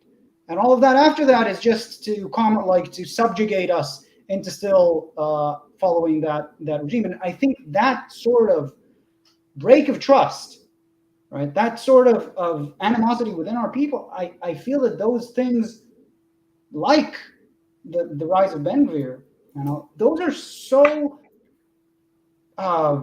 deep threats to our country. And like, in a way, I don't have the option to, let's say, see Israel as just because of being younger, right? I can't see the same. There are things that I will take for granted, even if I try not to. But I certainly don't take them for granted in the sense that I genuinely fear for them to be taken away. And I feel that, like I said, it's not even that you don't see this or that you don't understand that it's bad. Like, it's that, and I think that there's generally like the problem that of two political sides not seeing each other. The fears are probably the most important things. Like when the, let's say, more right-wing leaning, globally, are saying, all of these things with, let's say, COVID are leading to totalitarianism, and the left wing is like, what the hell? Like, it's vaccines, they're good. right? They're not understanding, right, what the fears that are driving the other side are and why they are important and legitimate. You could argue about policy, but you need to see the fears and why they matter. So I think part of what we're exploring right now is arguably after the assassination of Rabin, right? The fear on the right, right? You could be like there was a conversation of unity and talking together. The fear was like, can't you see how horrible the Oslo Accords are? And we could get into like, well, we didn't keep our end of the deal, but the attitude was like, you are being blind from seeing that, which you could argue leads up to. You mean after or before? Because that was the conversation long before the like. No, that was the conversation before, which culminated, let's say, in the assassination. But even afterwards, the conversation was like, there was a sense where like on the left, and this was sort of the conversation we were having today, which is like, at what point do you, I feel like on the right, there was a sense of like, we are not the priority. The priority is like peace in the Middle East, or like peace, even if we lose more soldiers, or peace, even if Israel becomes smaller, or peace, even if Israel becomes like less religious. And you had a sense from the right, which is like, no, no, no. That's not what we want. Don't see us as citizens of the world. See us as citizens of Israel, Jewish people that are also playing a democratic game. And the fear was like, no, we're being pulled into, we're just going to, eventually we want to turn into Switzerland of the world. And in Switzerland of the world, we don't have this conversation of like Jewish also. There's a place for everyone. And like we could sit with Arafat. He's a good. That's the person. Wait. I'm confused. Why were the Oslo Accords threatening the ability to be Jewish, and why would they make Israel? The Oslo Accords, for example, saying, "How are you giving people like this guns?" Right? There was all these signs, Al Titnu Lahem Rovim, and we know now that many of those guns that we gave them were used for terror and for killing. Right? And the attitude was like, "Can you not see the enemy in front of us?" And in brackets, yeah, but that, like, again, two things I'm just trying to figure out, because I want to make sure I understand you. The claims about hurting our personal security through the Oslo Accords, I've heard a lot, and I get the claims, and we can discuss why we have different views on it. But how are the Oslo Accords related to making us more of a Switzerland? I don't understand. No, the attitude is, and this goes back to, let's say you're in charge, right? And like you make peace, which is how far are we going to go? And you can be like, well, as far as we can, right, to achieve peace. And the attitude is, does the left recognize, right, that there are bad actors? Or is it like, no, we just have to keep on, we're too extreme. We need to do more concessions. We need to try to figure this out. And I believe that. But again, I'm with you. The fear that the left wouldn't recognize that there are real bad actors and that sometimes force is necessary. I get that fear. I don't think it was fair to point that at Rabin, because agreed. It was like, even within his dealings with Arafat, he was not trusting, and he was not painting him as. I also think if he wasn't killed, he would. I mean, arguably, you could say he's more right wing than many. Like, yeah. Right. So, like, I'm not laying it on Rabin's. Okay.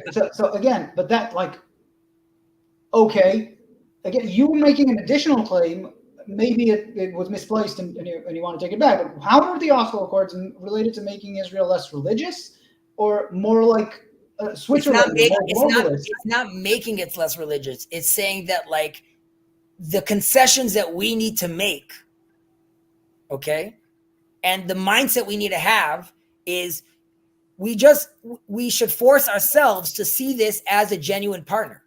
And while I want to have genuine partners, the fear would be, right, like the unfortunate case of the people living in the outskirts of Gaza who are attempting to make peace with the Gazans, who then got murdered by people that they let into their homes because they gave the terrorists the lay of the land. And the question is that indicative of a larger trend, which is like, can you not see that, like, that they're like, we can't play with these people?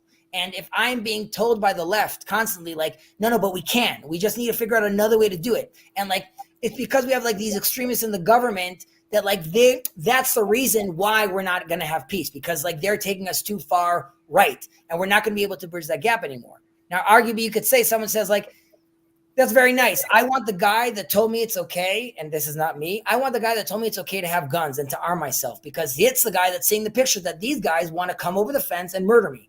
So you could talk to me about peace, but I want the guy that is looking at reality, like Gilad is trying to say, and Ben-Gvir is going to come and say like, I don't care what you say. Those people over there, the second they have the chance, they're going to want to murder you. And lo and behold, guess what? They went crazy. And by they, I'm not generalizing, not everyone, but the question is like, does the left see, and I don't know if you would agree with this or not, but you could see that seemingly there's a conversation right now in Israel that like there's, the left sort of opens its eyes, or there's people in the left that now like will never be able to go back to what was before. But is there a sense where this was always the writing on the wall? We just didn't want to see it based on, let's say, and this is where it connects to the Jewish. Is this like a liberal take where like, no, if we give them money and we teach them, like they're going to want to play nice? Or is there an attitude which is like, no, I have a mindset that this is someone that sees me as an enemy, and this is someone that, and the way I frame it as an enemy and why the land is important is I have a religious framing as well. So there was a seeming on the left saying one of the issues in the way of peace is also this religious outlook of the country. And I would agree with you. It's extreme if Ben-Gvir comes and says, or Smotrich says, like, all the land is ours. On the flip side, that's what the claim is, right? The claim the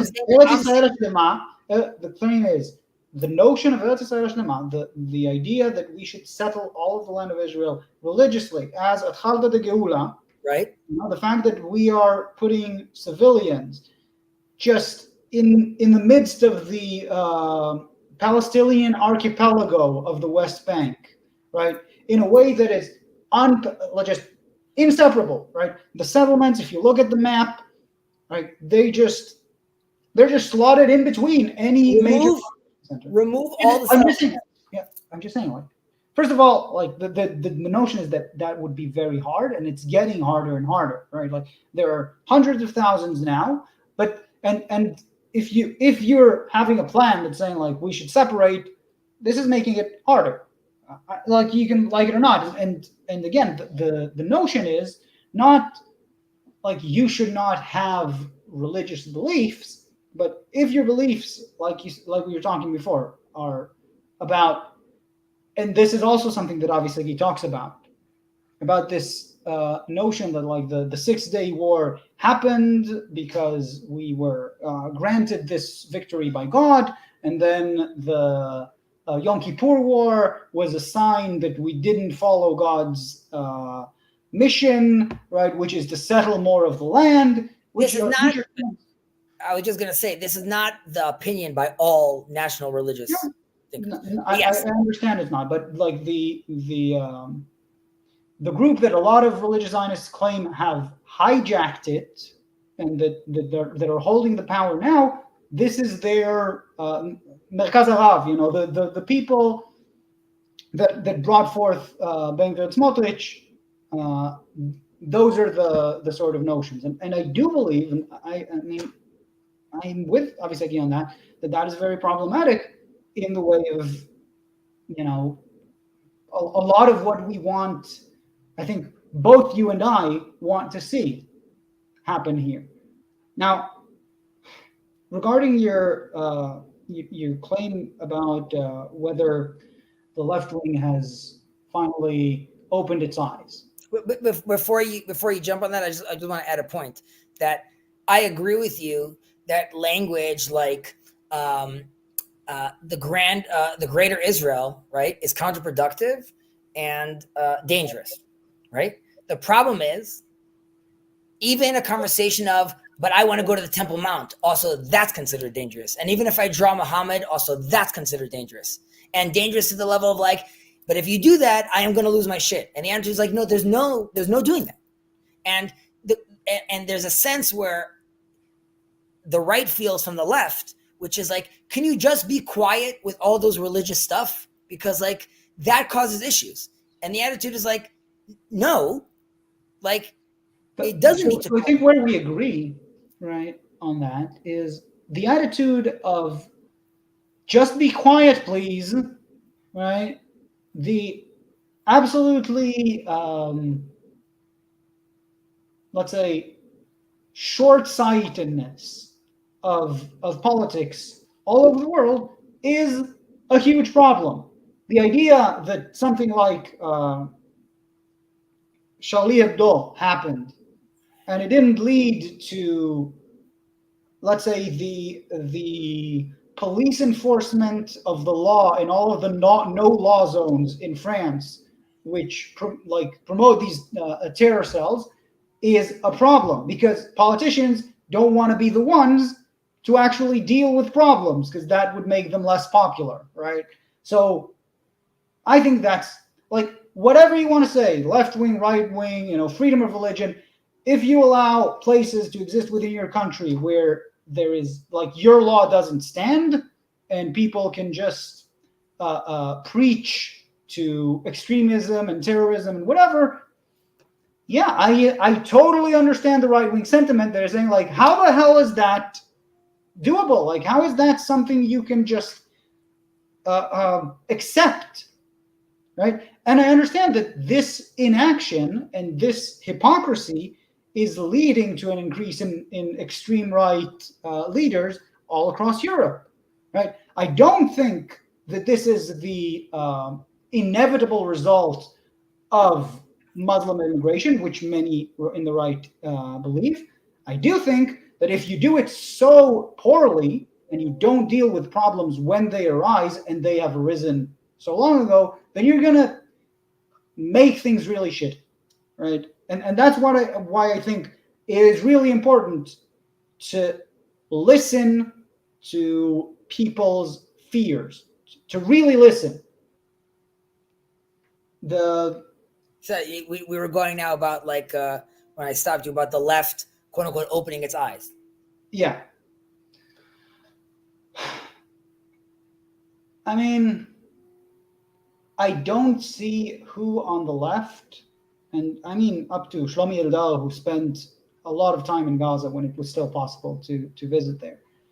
I don't think anyone serious on the left was thinking, man, these Gazans and Hamas, they're really nice people, right? We just need to lend a hand out for peace, right? Because Hamas, they speak our language, they share our values. Let's just sit near the table with them, right?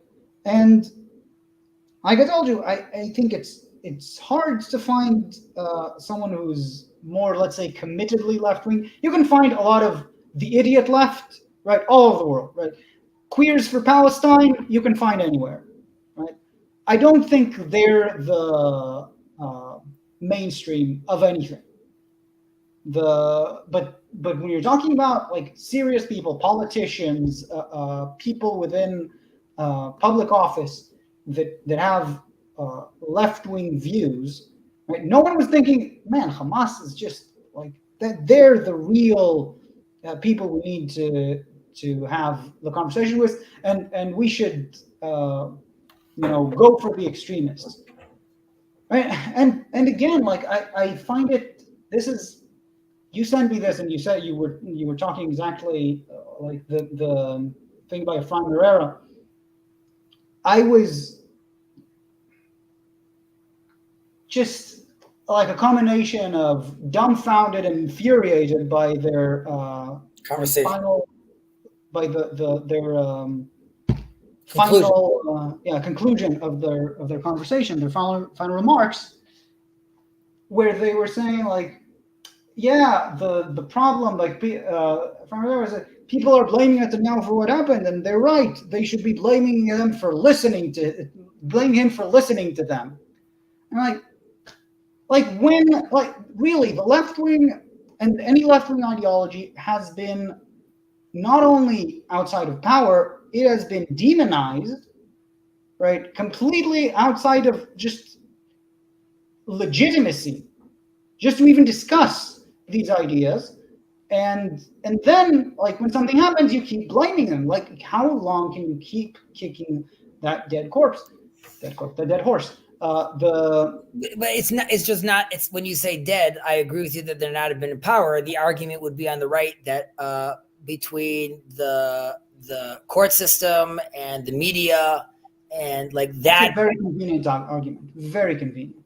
Like you have basically control over all of those things, right? There's media outlets. Israel Hayom was by Sheldon Adelson, who's very close to Bibi. You have 12 and 13, which are, calling them left is I think a stretch, right? Like who, Raviv Drucker and Baruch Khan, who's leftist on these channels? You don't think Raviv Drucker is left? I mean, that's my point. Like you could say, by the way, you could say, but this goes back to like, so, you and I are looking at the world differently in this case, because I totally see him as left and you're like, the guy's barely left. I'm saying that the fact that he is left and I can see him as that doesn't mean that the channel is left. Like the fact that they have a fig leaf, right? Like doesn't make the whole thing left wing. And the general thing is like, to me, if you wanted to make that claim, right, there are two problems with it. One is like you can never lose, right? It's kind of like in physics with string theory. Whatever you don't find in the current accelerator, string theory isn't dead. You just need a bigger accelerator, right? Like what? And when you tear apart the media system and you bring your own newspaper and you appoint your own judges and they don't do what you think. And Mandelblit, the appointed counselor, the Attorney General. Attorney General that you appointed is saying that you should stand trial for your crimes, and the chief of police that you appointed, somehow is like everyone that goes against you is corrupt, and somehow like with the system. How can you lose this game? You can make that claim forever until you break everything down, which is like I said, that's why the sense is in this entire government, let's burn everything down. Because if you're this is going back to where I wanted to start this conversation, but we went in different directions. You were saying, right, in the last conversation, that Bibi has 3 indictments, but we know that some of them are bullshit. Like, I don't know that some of them are bullshit. If we believe that our institutions are so corrupt that within all of this scrutiny, 3 different indictments, right? A potential 4th that, for security reasons, might just not be on the table, right? If we believe that those are bullshit, right? That's tantamount to saying, right, when we need to choose between replacing that one person or everyone, we choose to replace everyone. I would ask you like this. These cases against Bibi, right? Let's say you find out, like a Russiagate situation, it was bullshit, or at the very least, it's not. It doesn't. And in aggregate, it's not a legal issue. Okay, I'm not saying that there was no improper behavior, but let's say there's no legal issue. Let's say you find out that being true. What would that mean to you? Like I'm okay if he ends up being like they found him guilty. Great, you guys did what you needed to do. Let him sit in jail. Unfortunately, there's a chance that maybe there is some fuckery going on. And what does that mean to you if there is fuckery going around? What does that mean to you? Let's say you find out that they all crumble. The judge decides, listen, there's nothing there. What does that mean? What would that mean to you? That depends on different things, right? First, right, if that happens, then you have to consider, right, the failing of so many institutions, right? Like the Government Justice Council, the state attorney, the judicial system, like in general, like all of those things. And right,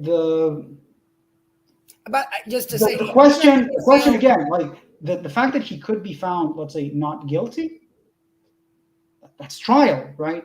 That you don't generally say like, oh, well, we should never try someone if there's a chance that they're not guilty, right? Vadai. Yeah, I'm saying, if it comes out that it was, like you said, like all fuckery, that it was all just, complete hot air, not complete, Jewish 50%. Jewish underground like style, that there were people in these places, they had an ideology and they were pushing that without any restraint at all. All right, if I have evidence of that, these institutions need to be cleansed. Wait. I want more than that from you, though. I want to understand, like, more than like the institutions need to be changed. What would you think then about Bibi and the general narrative that you were quote unquote sold for X years? Because you could say, listen, Chazi, the courts will decide at the end of the day. But let's say the courts decide not because like tremendous levels of fuckery, but let's say they're saying, listen, it tantamount to like a real case that we could play with. Okay. Wouldn't you be like, hey, media, why were you doing this? Why are you selling this as like, this is happening, it's happening, we're going to get him, it's happening, we're not going to sit with him, we're not going to go in the elections with him, like, it's happening. Like, do you think the narrative was like, we'll see what happens in court? Or the narrative was like, there's no way he's walking away from that, we totally got him, it's a smoking gun? Like, think of and you and I have agreed about this already in the past, about like the narrative that like the media sells, unfortunately. But I guess I would want to hear from you if you found out that like all the 3 cases flopped, that like there is something very, very stinky over here, something very rotten, if that was the case. And okay. I would assume that I'm sorry? What is the question specifically? I guess I would want there to be like a moment of like, maybe I'm not looking at this clearly. Maybe maybe I'm being sold like a narrative that's just not true. Maybe people maybe they so want just not Bibi that they were willing to do such a move. And we could argue if it's true or not. Do you think? But again, none of that happened. Right? Yet. Okay. None of that. There are no signs. There are no concrete signs, right? Except for propaganda that is coming from the defendant. Right. Let's say you're telling me the judges didn't tell the prosecution that you have a very weak case over here of bribery. They told them, right, specifically about whether it's bribery or deceit and break of trust or whatever, whatever the charge is. Like, that's something that happens in court. Like, you decide whether you have enough evidence for I agree. This charge or the other charge. Why is the media and members of Knesset saying bribery? Like, why are you all saying that? If like the judge tells you like, no, but it's not. Is anyone going to walk that back? Is anyone going to be like, listen, by the way, it's this other thing, it's not bribery? Or be like, it doesn't matter. Like, that's the term we're going to use because we want to get this guy out. You're asking me why people use the more severe term to describe. I'm asking you, is your expectation, Yair Golan, right? Okay. He comes out and calls Bibi was convicted. Bibi is taking bribes, right? And the court comes and says that didn't happen. Would you want him to say like, I was wrong about that, or just be like, so what if the courts didn't see it? He's still playing around. Like, at what point you'd be like, well, you were wrong. He didn't do that, so you shouldn't have said that, and you could have also caused like a whole ripple effect by constantly saying that. Is there any responsibility? Of course, everyone should speak the truth. And if you're not speaking the truth, and we've talked many times about like speech in the media and everything, you should speak the truth. But I don't understand like the notion that you're taking the media hype, you're taking the appearances of all of this. And yes, people are obsessed with appearances. They could say things that they shouldn't be saying. All right. When I strip that down, look at the agreed upon facts.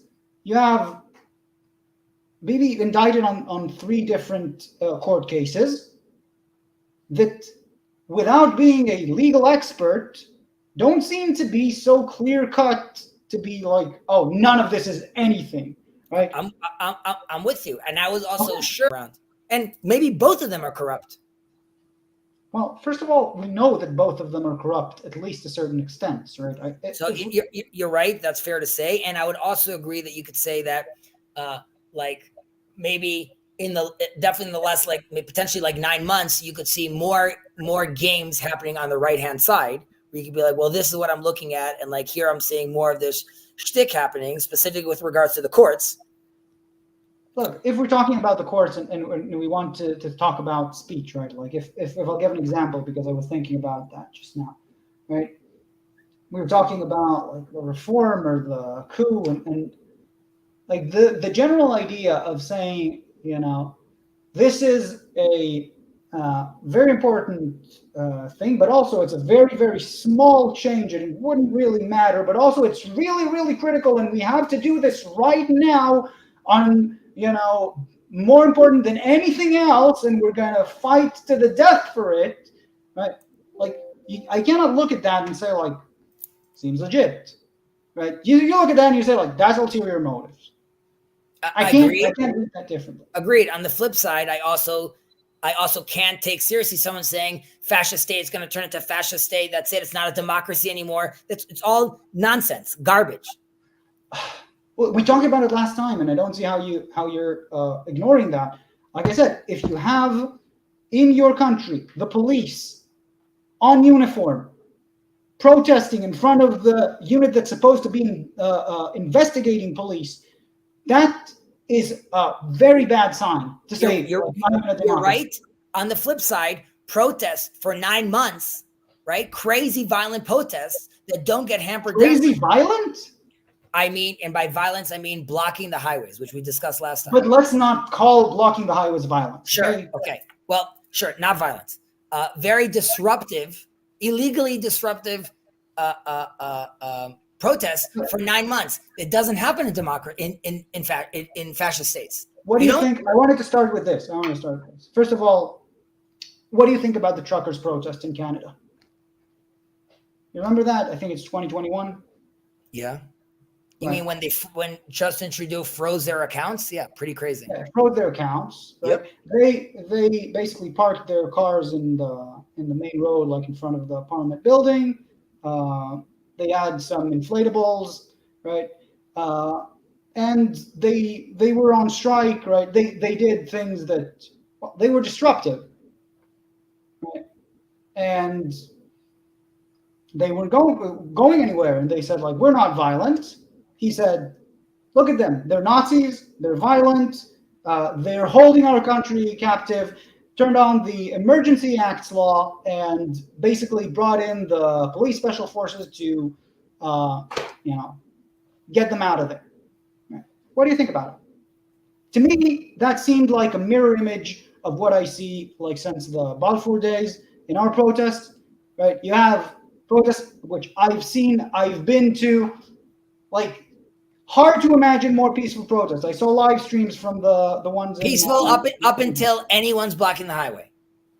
Protest for 7 years, 0 blocking. Just there's the law, right? Because I'm saying if you could block the highway, then Bibi could take money, right? We're all just the law is an idea. It's a concept. With all the this is a complete false equivalence, right? You're talking about like blocking the highway. First of all, one thing that you said, which is false and has been demonstrated to be false, is that protesters somehow blocked ambulances. That did not happen. It was fake news, and it was something that Bibi tweeted. Did not happen. The Israeli Red David Star came out with an announcement that there were no cases in which they were blocked. There were videos when an ambulance was like kilometers away, the protesters just, cleared away, like the parting of the Red Sea, right? Like I stand corrected. I want to get home with my son. Get out of my way. Yeah. So I want to get home now. Maybe the Smotrich's brother tweeted something that would work, right? Oh, this is when someone just ran over protesters. Like that's a normative protest. Thinking about freedom of movement, right? Like the blocking of the highways. Okay, let's put it like this, right? Is this a let's say, excluded from normal conduct? Sure it is, right? This is not something that you do. Definitely, and by the way, it's not the first protest that blocked the highways. Like even the It did, handicapped yes, for this length. for this length every time for this many amount of This cases for 9 months worth. I'm not saying it happened every night of the 9 months. I'm just saying it happened many, many, many times. And like blocking the closing off. Now you could say like, listen, it applied pressure on Bibi at the end of the day, like, threatening to close the airport. Who do you think you are? Okay, so the point is, and this is, I think, what what I wanted to point to, to begin with, right? The Canadian economy, right, was relying on truckers. It was disrupting Trudeau's ability to run the country, right? I see that protest as being very democratic. Who do they think they are? They are the civilians, and they are making their stand. If you're willing to, say, like, are you willing to get arrested? No problem. Yeah, willing to get arrested. But so the difference is, and not that he's like a hero, but let's say Feiglin was talking about this a lot. When he was protesting, his attitude was like, he told the people, bring together with you toothbrush and single the guy because you're gonna get arrested because you're breaking the law. And no one on the left thought they should be arrested because we're allowed to do this. Don't try to arrest me. What am I doing wrong? What you're doing wrong is you're breaking the law. You could protest, not this way. And if you don't get it, then you're an anarchist. You can't just do what you want because you're like, if they're going to do this, like, the media, like, I agree with this. It doesn't matter if you're going outside, and this is the point that I started with, right? I agree. The left should have been more aware and more, let's say, determined to get arrested, right? As a part of the protest, right? That they should have been willing to do that. I think, in general, a lot of them were. Like the fact that basically they were never actually. Why were they not actually arrested? Well, they were arrested. That they were never actually held for extended periods of time is the phrase I was going to say, is because eventually they were not found to be in violation of the laws. And the Justice like Iwamashit, who's not biased at all, right? She's like, look, you can say that everyone that disagrees with you is biased, but I don't see. Look, I mean, yeah, you can say that she's biased, but that was the decision made, right? Like, and then you say, like, why do the left agree with that, right? Well, that's what they were told. They were told this Justice Assistant Iwamashit is saying that this is where the line is drawn, that disrupting freedom of movement under the balances of the different freedoms is allowed because no protest can have an effect without disrupting public order to a certain extent. Right? Besides, we just didn't allow the Ethiopians to do that, and we didn't allow the Arabs to do that, and we just didn't allow the right wing to do that with the disengagement. But you're allowed to. It's a new law.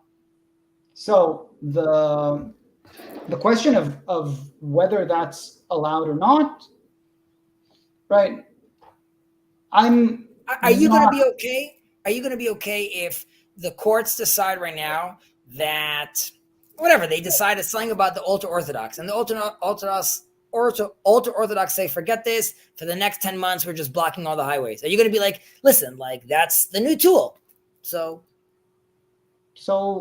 my whole point here is saying, if you do something where you're bringing a huge part of your population, hundreds of thousands, probably over 1 million people, to the point where they're saying this is something we can't stand, right? And they're willing to block the highways, then you need to figure out what the hell you're doing wrong. If you're saying that the response to that should be hit them harder, arrest more of them, break their bones, if that's the response, then I think you don't that's a misunderstanding of democracy. 1 second. You have tools though, right? for example, you said electing someone else last One time, second. and that's exactly where I disagree. arguably you could say the reason it got to that level is because you didn't crack down on it early enough. And the reality is there's an opposite force which allows you to try to control this kind of thing. And the attitude is like, yeah, you could have protests, but let's say once they started blocking the road, let's say they started arresting people, right? And then people are like, listen, this is too crazy. We're not doing this. And maybe the protest would have lasted 3 months, right? Very Maybe. likely, Kazi, very Yeah. likely if, and this is again from different cases, and I wanted also to ask you about 2014 Maidan in Ukraine. Let's see what your opinion is about it. But the very likely reason why people were not arrested for longer periods of time, and why the police didn't crack down more on this, is not because like they didn't deal with it early enough or something like that. Because generally, when you start doing that, things escalate to become worse. Besides with the ultra-Orthodox, the Ethiopians, and the right wing. Then it's okay to just put them in jail, crack down, smash heads, and just lock that down quick within like a day or two. If you're talking about the scales and the level of they can never grow to that size if you get water cannoned right away and you get arrested right away, and if you get put into isolation right away, then there's no incentive to keep on doing that. Right? If I have a law right now, if my cops decide, listen, people are breaking in, but we could arrest them, but instead we're just going to give them like a slap on the wrist, then more and more people are going to do that. And you could say like you've created a situation because you were more lenient, where now you have sort of a situation where you can't put back in the box, and like it's too late. Bibi can't water cannon 3,000 people. That would be nuts. So that's no longer a tool. And he can't arrest. He doesn't even have room to arrest so many people. But it got to a critical mass because I was being okay with it. And the media was saying if I arrest them, then I'm being fascist. And the media said if I have cops over there, they're being too violent. Okay, so the airport is closed. People are going on strike. I can't arrest people. I can't stop people. So I don't have any tools. And then you're saying, and look at it. It just grew and grew and grew and grew and grew. I guess,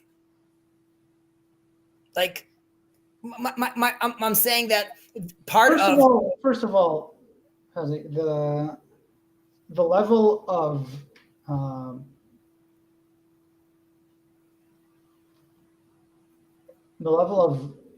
like blocking roads, right? The amount of protests that were at that level was very very small compared to the protests in general. Right, like the amount of people, the amount of people in Kaplan every evening compared to the amount of people in Ayalon, like there were hundreds of thousands in Kaplan and much less in Ayalon every time. Like generally how they, like you would have less than 5% of people would go on to block roads. I don't know. You didn't have 100,000 people in the road. We could look at the stats. How many, like I'm looking right now, I just wrote in like how many times was Ayalon blocked, right? And it's not giving me an answer right now. I'm just saying article after article, Ayalon blocked for hours, Ayalon blocked for an hour, Ayalon blocked for 3 hours, Ayalon blocked for 2 hours. Like what does that mean? Like what is the critical mass where you're like, oh, this is too much? Do you think when they closed the airport, it was like, oh, maybe we went a little too far? Look, if you want to crack down on it, like that's the thing. If you're saying, yes, there have been protests where the police have cracked down with varying degrees of violence and simply put this thing down when it was small. First of all, whether that was the right thing or not the right thing to do is a question. I don't know if the answer was, yes, that was a great idea. I don't know if that was very democratic. And I don't know if there were cases where the protests were violent. And when they are violent, when there is force applied towards either the police or other citizens, right? That's a line that has to be dealt with, as, okay, that's how I see it, right? Like you're saying, blocking the road is not. I want to open up violence, okay, to, people talk about violence as speech, which I don't agree with, but like, if you are completely blocking me from getting anywhere I need to go, I don't know if we should call that violence, but that is a problem. A You problem. are Again, imprisoning a problem. You're not imprisoning. Let's not use language that's like inappropriate. You're not in. Come on. You're not imprisoning civilians. You're impeding their freedom of movement. Very severe, right? Like, I want my freedom of movement, but I'm not in prison. Come on. Well, if I try to move my car and you start smashing it, what is that violence? Yeah. If I start smashing your car when you try to move it. How about you don't smash my car? You just smack the mirror, and my kid is now terrified and is urinating in his bed. Those were cases that happened. I think there were 3 of them overall that I heard of. There's a famous case where someone broke a windshield.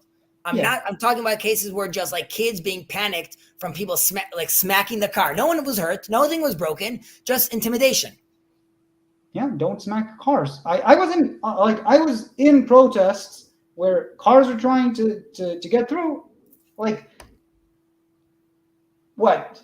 99% of the time, it was just people standing there. Now, if you had someone trying to kind of force their way through protesters, like threatening their physical security by running them over, then usually protesters would respond with a fair bit of like distress at that. They didn't like it. And sometimes maybe they would bang on the car, right? But generally, like, I don't see how that would be compared to saying like these protesters were walking around like just with these cars of people frustrated that they can't go, and then just like sitting in their cars innocently, and people were just smacking their cars. That did not happen. Like, this was not a show of violent force towards people in their cars. I think there was definitely a feel of either you're with us or against us. I was in my car blocked, like right where the road was blocked several times, right? People were literally standing in front of me going like this. Yes, there were cases like that as well. You're right. And maybe I'll go with you that the majority was not as the ones that were not like this should have been handled strictly. I also want to mention, and I'll need to end on this point. Just, you said, like, listen, Chazi, hundreds of thousands of people are coming. And at that point, like, the government needs to realize you got to deal with this, and you can't just deal with this by like imprisoning people or like, right. I would say, what about the 2.3 million people that'd be like, no. That's exactly my point, Chazi. If you're thinking about it as the 2.3 million people that want to impose their will, regardless of you got the government, right? That's not what democracy is about. The fact that you have government doesn't mean that you now have unlimited power. And furthermore, even if you have certain power and you're using it, and this goes towards the ultra-Orthodox as well, you're using it to hurt what is, closest to heart for a very large part of your population, and very large can be 5%, right? Right. The fact that you're doing that means you should be, taking a moment to reconsider. I'm not saying like the Oslo Accords or the disengagement or making the peace deal with like the gas deal with Lebanon, all those things, right? Like, they should have been all of those things. When you tell me what those things should have been done, yes, I think in all of those cases there should have been better like public dialogue, and there should have been a way to see how you could move forward in a way that is not so destructive. But this goes back, I think, to the previous point about like bad actors. Yes, you should realize that there are bad actors. If you're now pinning your own population and saying like, okay, 5% of these are bad actors, you better be damn sure, right? Like, if you're saying that now the people are like, these protests are so out of place that like this needs to be just put down, right? You better be sure at the level of like civil war against these people. Well, you could be sure as the law is being broken. again, like the level at which the law is being broken and what exactly is happening, like those are I hear what you're saying. those are not like you can say right. Well, the law is being broken. Well, the law is broken a lot, and the government has been breaking the law much more. The right wing has been breaking the law through years and years, a lot more than the left wing has in blocking roads during this time. And I mean within protests, especially let's say considering the protests during the Oslo Accords with Rabin's pictures being like, if you're telling me where you should not have made concessions, right? When you have pictures of Rabin in SS uniforms, when these pictures people are were burned, arrested. People were arrested for that. People were put away in the disengagement. People were put away for a long time. Ultra Orthodox get beaten the shit out of. Yeah. And obviously that's also due to othering, right? And you could say there's a sense that the police feels more open to do that and feels less open to do that to quote unquote like people that they recognize. No, I think that like what happens, and this is like there was a case in Bet Shemesh where there was they reported to the police about a corpse in someone had died and there was a corpse in one of the apartment. The police went there. They were stoned. Their police car was stoned. They didn't get this dead person, and they had to get out, right, for fear of their own safety. When has this anarchist left ever done something so anarchist? Right? There are places in our country that are like that. And when you say like why the ultra orthodox are met with more violence, well, some of it, not all of it, some of it comes to the violence addressed towards the police. Agreed. And the fact is that it works, which is worse, right? Because the police can afford to be more violent with its own population, by the way, because in East Jerusalem, for example, where we don't collect a lot of taxes and we don't collect a lot of property tax, is because it's too dangerous to send collectors inside there. So the government's attitude is like, listen, like I could crack heads for ultra Orthodox, but if I start cracking heads of Arabs, it's going to be an international thing. So like, I guess like we just got to deal with it. But that's the problem I mentioned before, right? Like, so we can talk about this next conversation because I know I need to go, but I wanted to start with this, but we got dragged into other. All good. I agree with you though that we cannot let the extremists amongst us dictate the agenda of the day. I agree with you that we need to be vigilant when we see indications that things are going astray, and we have to respond to them quickly and forcefully. And I agree with you that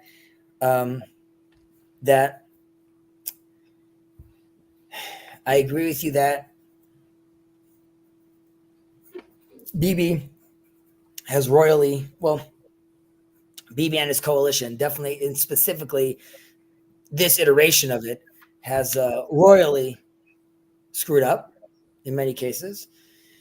And it's not a cop-out where I'm saying like they all got to go. I honestly think they all got to go. And like and we'll continue this conversation, of course, but why I think this conversation is important, because it really is like you're mentioning, like where can you identify the fears and where the differences are, like between, the parties, and do they really see each other, right? Because like there are conversations here that you would agree with me and I agreed with you, and there's sentiments over here you're like, I hear you're saying, Khadi, but like I disagree with you. And then there's a real sense of like, am I seeing a skewed reality? Are you seeing a skewed reality? Am I seeing like a semi-skewed reality sprinkled with my own bias? And it's very hard to, sort of to clear, to see it clearly in that. And I could only hope that with more data and more conversation, we both will have a clear understanding and a better vantage point of the lay of the land, so to speak. So I very much appreciate this conversation. Me too. I'll just end like with one like item to consider for next time is I want to hear from you. When do you think the line is drawn, right? Where do you think the line is drawn, in the sense that like these protests we're claiming with many of the people from, deep in the Israeli establishment in different categories, including the security system, where you're saying the government has crossed a line where civil society needs to step up and confront it. Right? I would just tell you, hiring Ben-Gvir would be one, a clear example of like a because mass. you're objecting to like the breaking of the law, and for me, like breaking the law. So I know we need to go, but like to me, the more important element, and maybe why it's more important is a different question, is like when it gets to that point where you go, well, like something here has gone outside of normal times, and now we're in times where things need to be different. Well, you don't think we've gotten to it, but I want to know what would make you think we have gotten to it, because I think we both agree that somewhere between Germany 1933 and 39, right, there's a point where that happens, and I want to know where that is for you.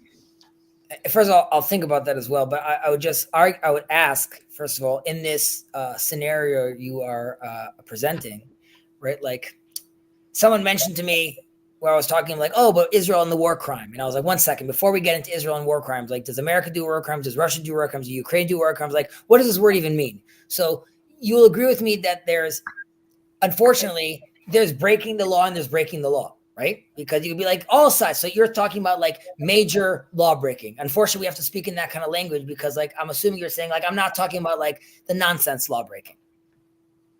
Right? I just want to make sure you're saying like okay. I mean, there's all like the clear cases, right? Like if they're, anything that would be like, abhorrent, and they can be like, well, you and I might disagree what we think that is. I think we're on the same page on that.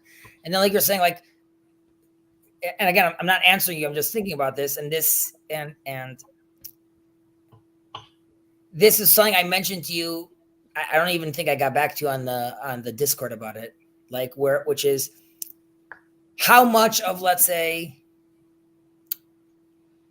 and maybe it's not important for you, but it's almost like I want to say I agree with 60% of what you're saying. And it could be that 60% is enough for me to like, quote unquote, be on your side politically. But it's important for me that the 40% that wasn't true is called out, that it's not true, I guess. And by that, I mean, like, there's a lot that weighs on me, which is like, but there's just not Bibi. There's media bias. There's like these lies that it muddies the water for me to be like, use those terms. So I could, and again, I'll think about it. I could probably tell you that like, when I say the right has gone too far, and I'm moving the war out of this right now, but like the right has gone too far. They've reached that point. I could argue that they were sort of pushed to that in a certain level. That doesn't excuse them. It just means like, I think like this is sort of like they become more radicalized because they feel there's that 40% that let's say is not true. And they turn that 40% into 90%. And then like they feel the license to then start going crazy or quote unquote fight fire with fire the way they see they're being attacked. So I need to think to myself what those numbers are, but I guess that's what would be important for me. And so just to make sure I understand you, sure. What you're saying to my question is that line is somewhere that has been passed, right? The civil society didn't have to rise up. But you're saying that there's something for you about this is very interesting for me, so I want to make sure, about the lack of self-reflection on that side which was rising up against it, that is what blocked you from actually acting on that. So you felt like they're crossing the line, but you're saying like, but look at these guys on the other side. Like I can't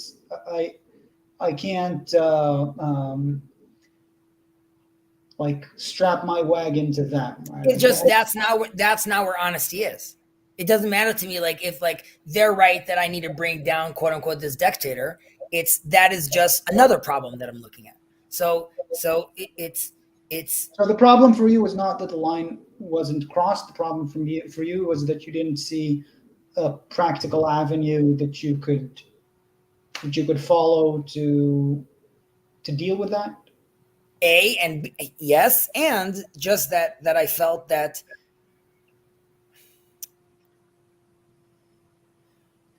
You would be serving the wrong master if you do that. Like you would be serving something that not you don't really believe. not only the wrong master. I think like in order to like agree with them, I have to sort of swallow this bitter pill of bullshit, which like I can't take this in because like if I need to be with your camp, then I need to be like then this and this and this and this and this and this and all these things are true.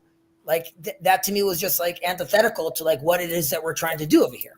So like And those are things, let's say, not about things that I said that I disagree with you, but about things that were just false and bullshitted yes. around. Correct. So like you're telling me like it's less about like the ambulance weren't stopped. Great. So like no problem. They weren't stopped. If I said that, I'm sorry, I was wrong. No problem. It's the other elements that are true, let's say, that like those weigh on me. And the I guess the attitude that the left had of like, the means the cause justifies the means in a certain way, to me felt like very dangerous also, which is like the second you have power, like how else is this attitude gonna manifest? Are you gonna be like, no, this was like our D-Day, and after that, like we're all gonna play cool, or like maybe not. Maybe you'll feel like I could do more things. I could squeeze more power this way. I could so and I'm not saying that's what happened. I'm just saying that was a big concern of Well, okay. I guess we can think about it till next time. Yes, we'll talk next time. Take care. Have a great week. You too, Hazy. Good talk. Bye.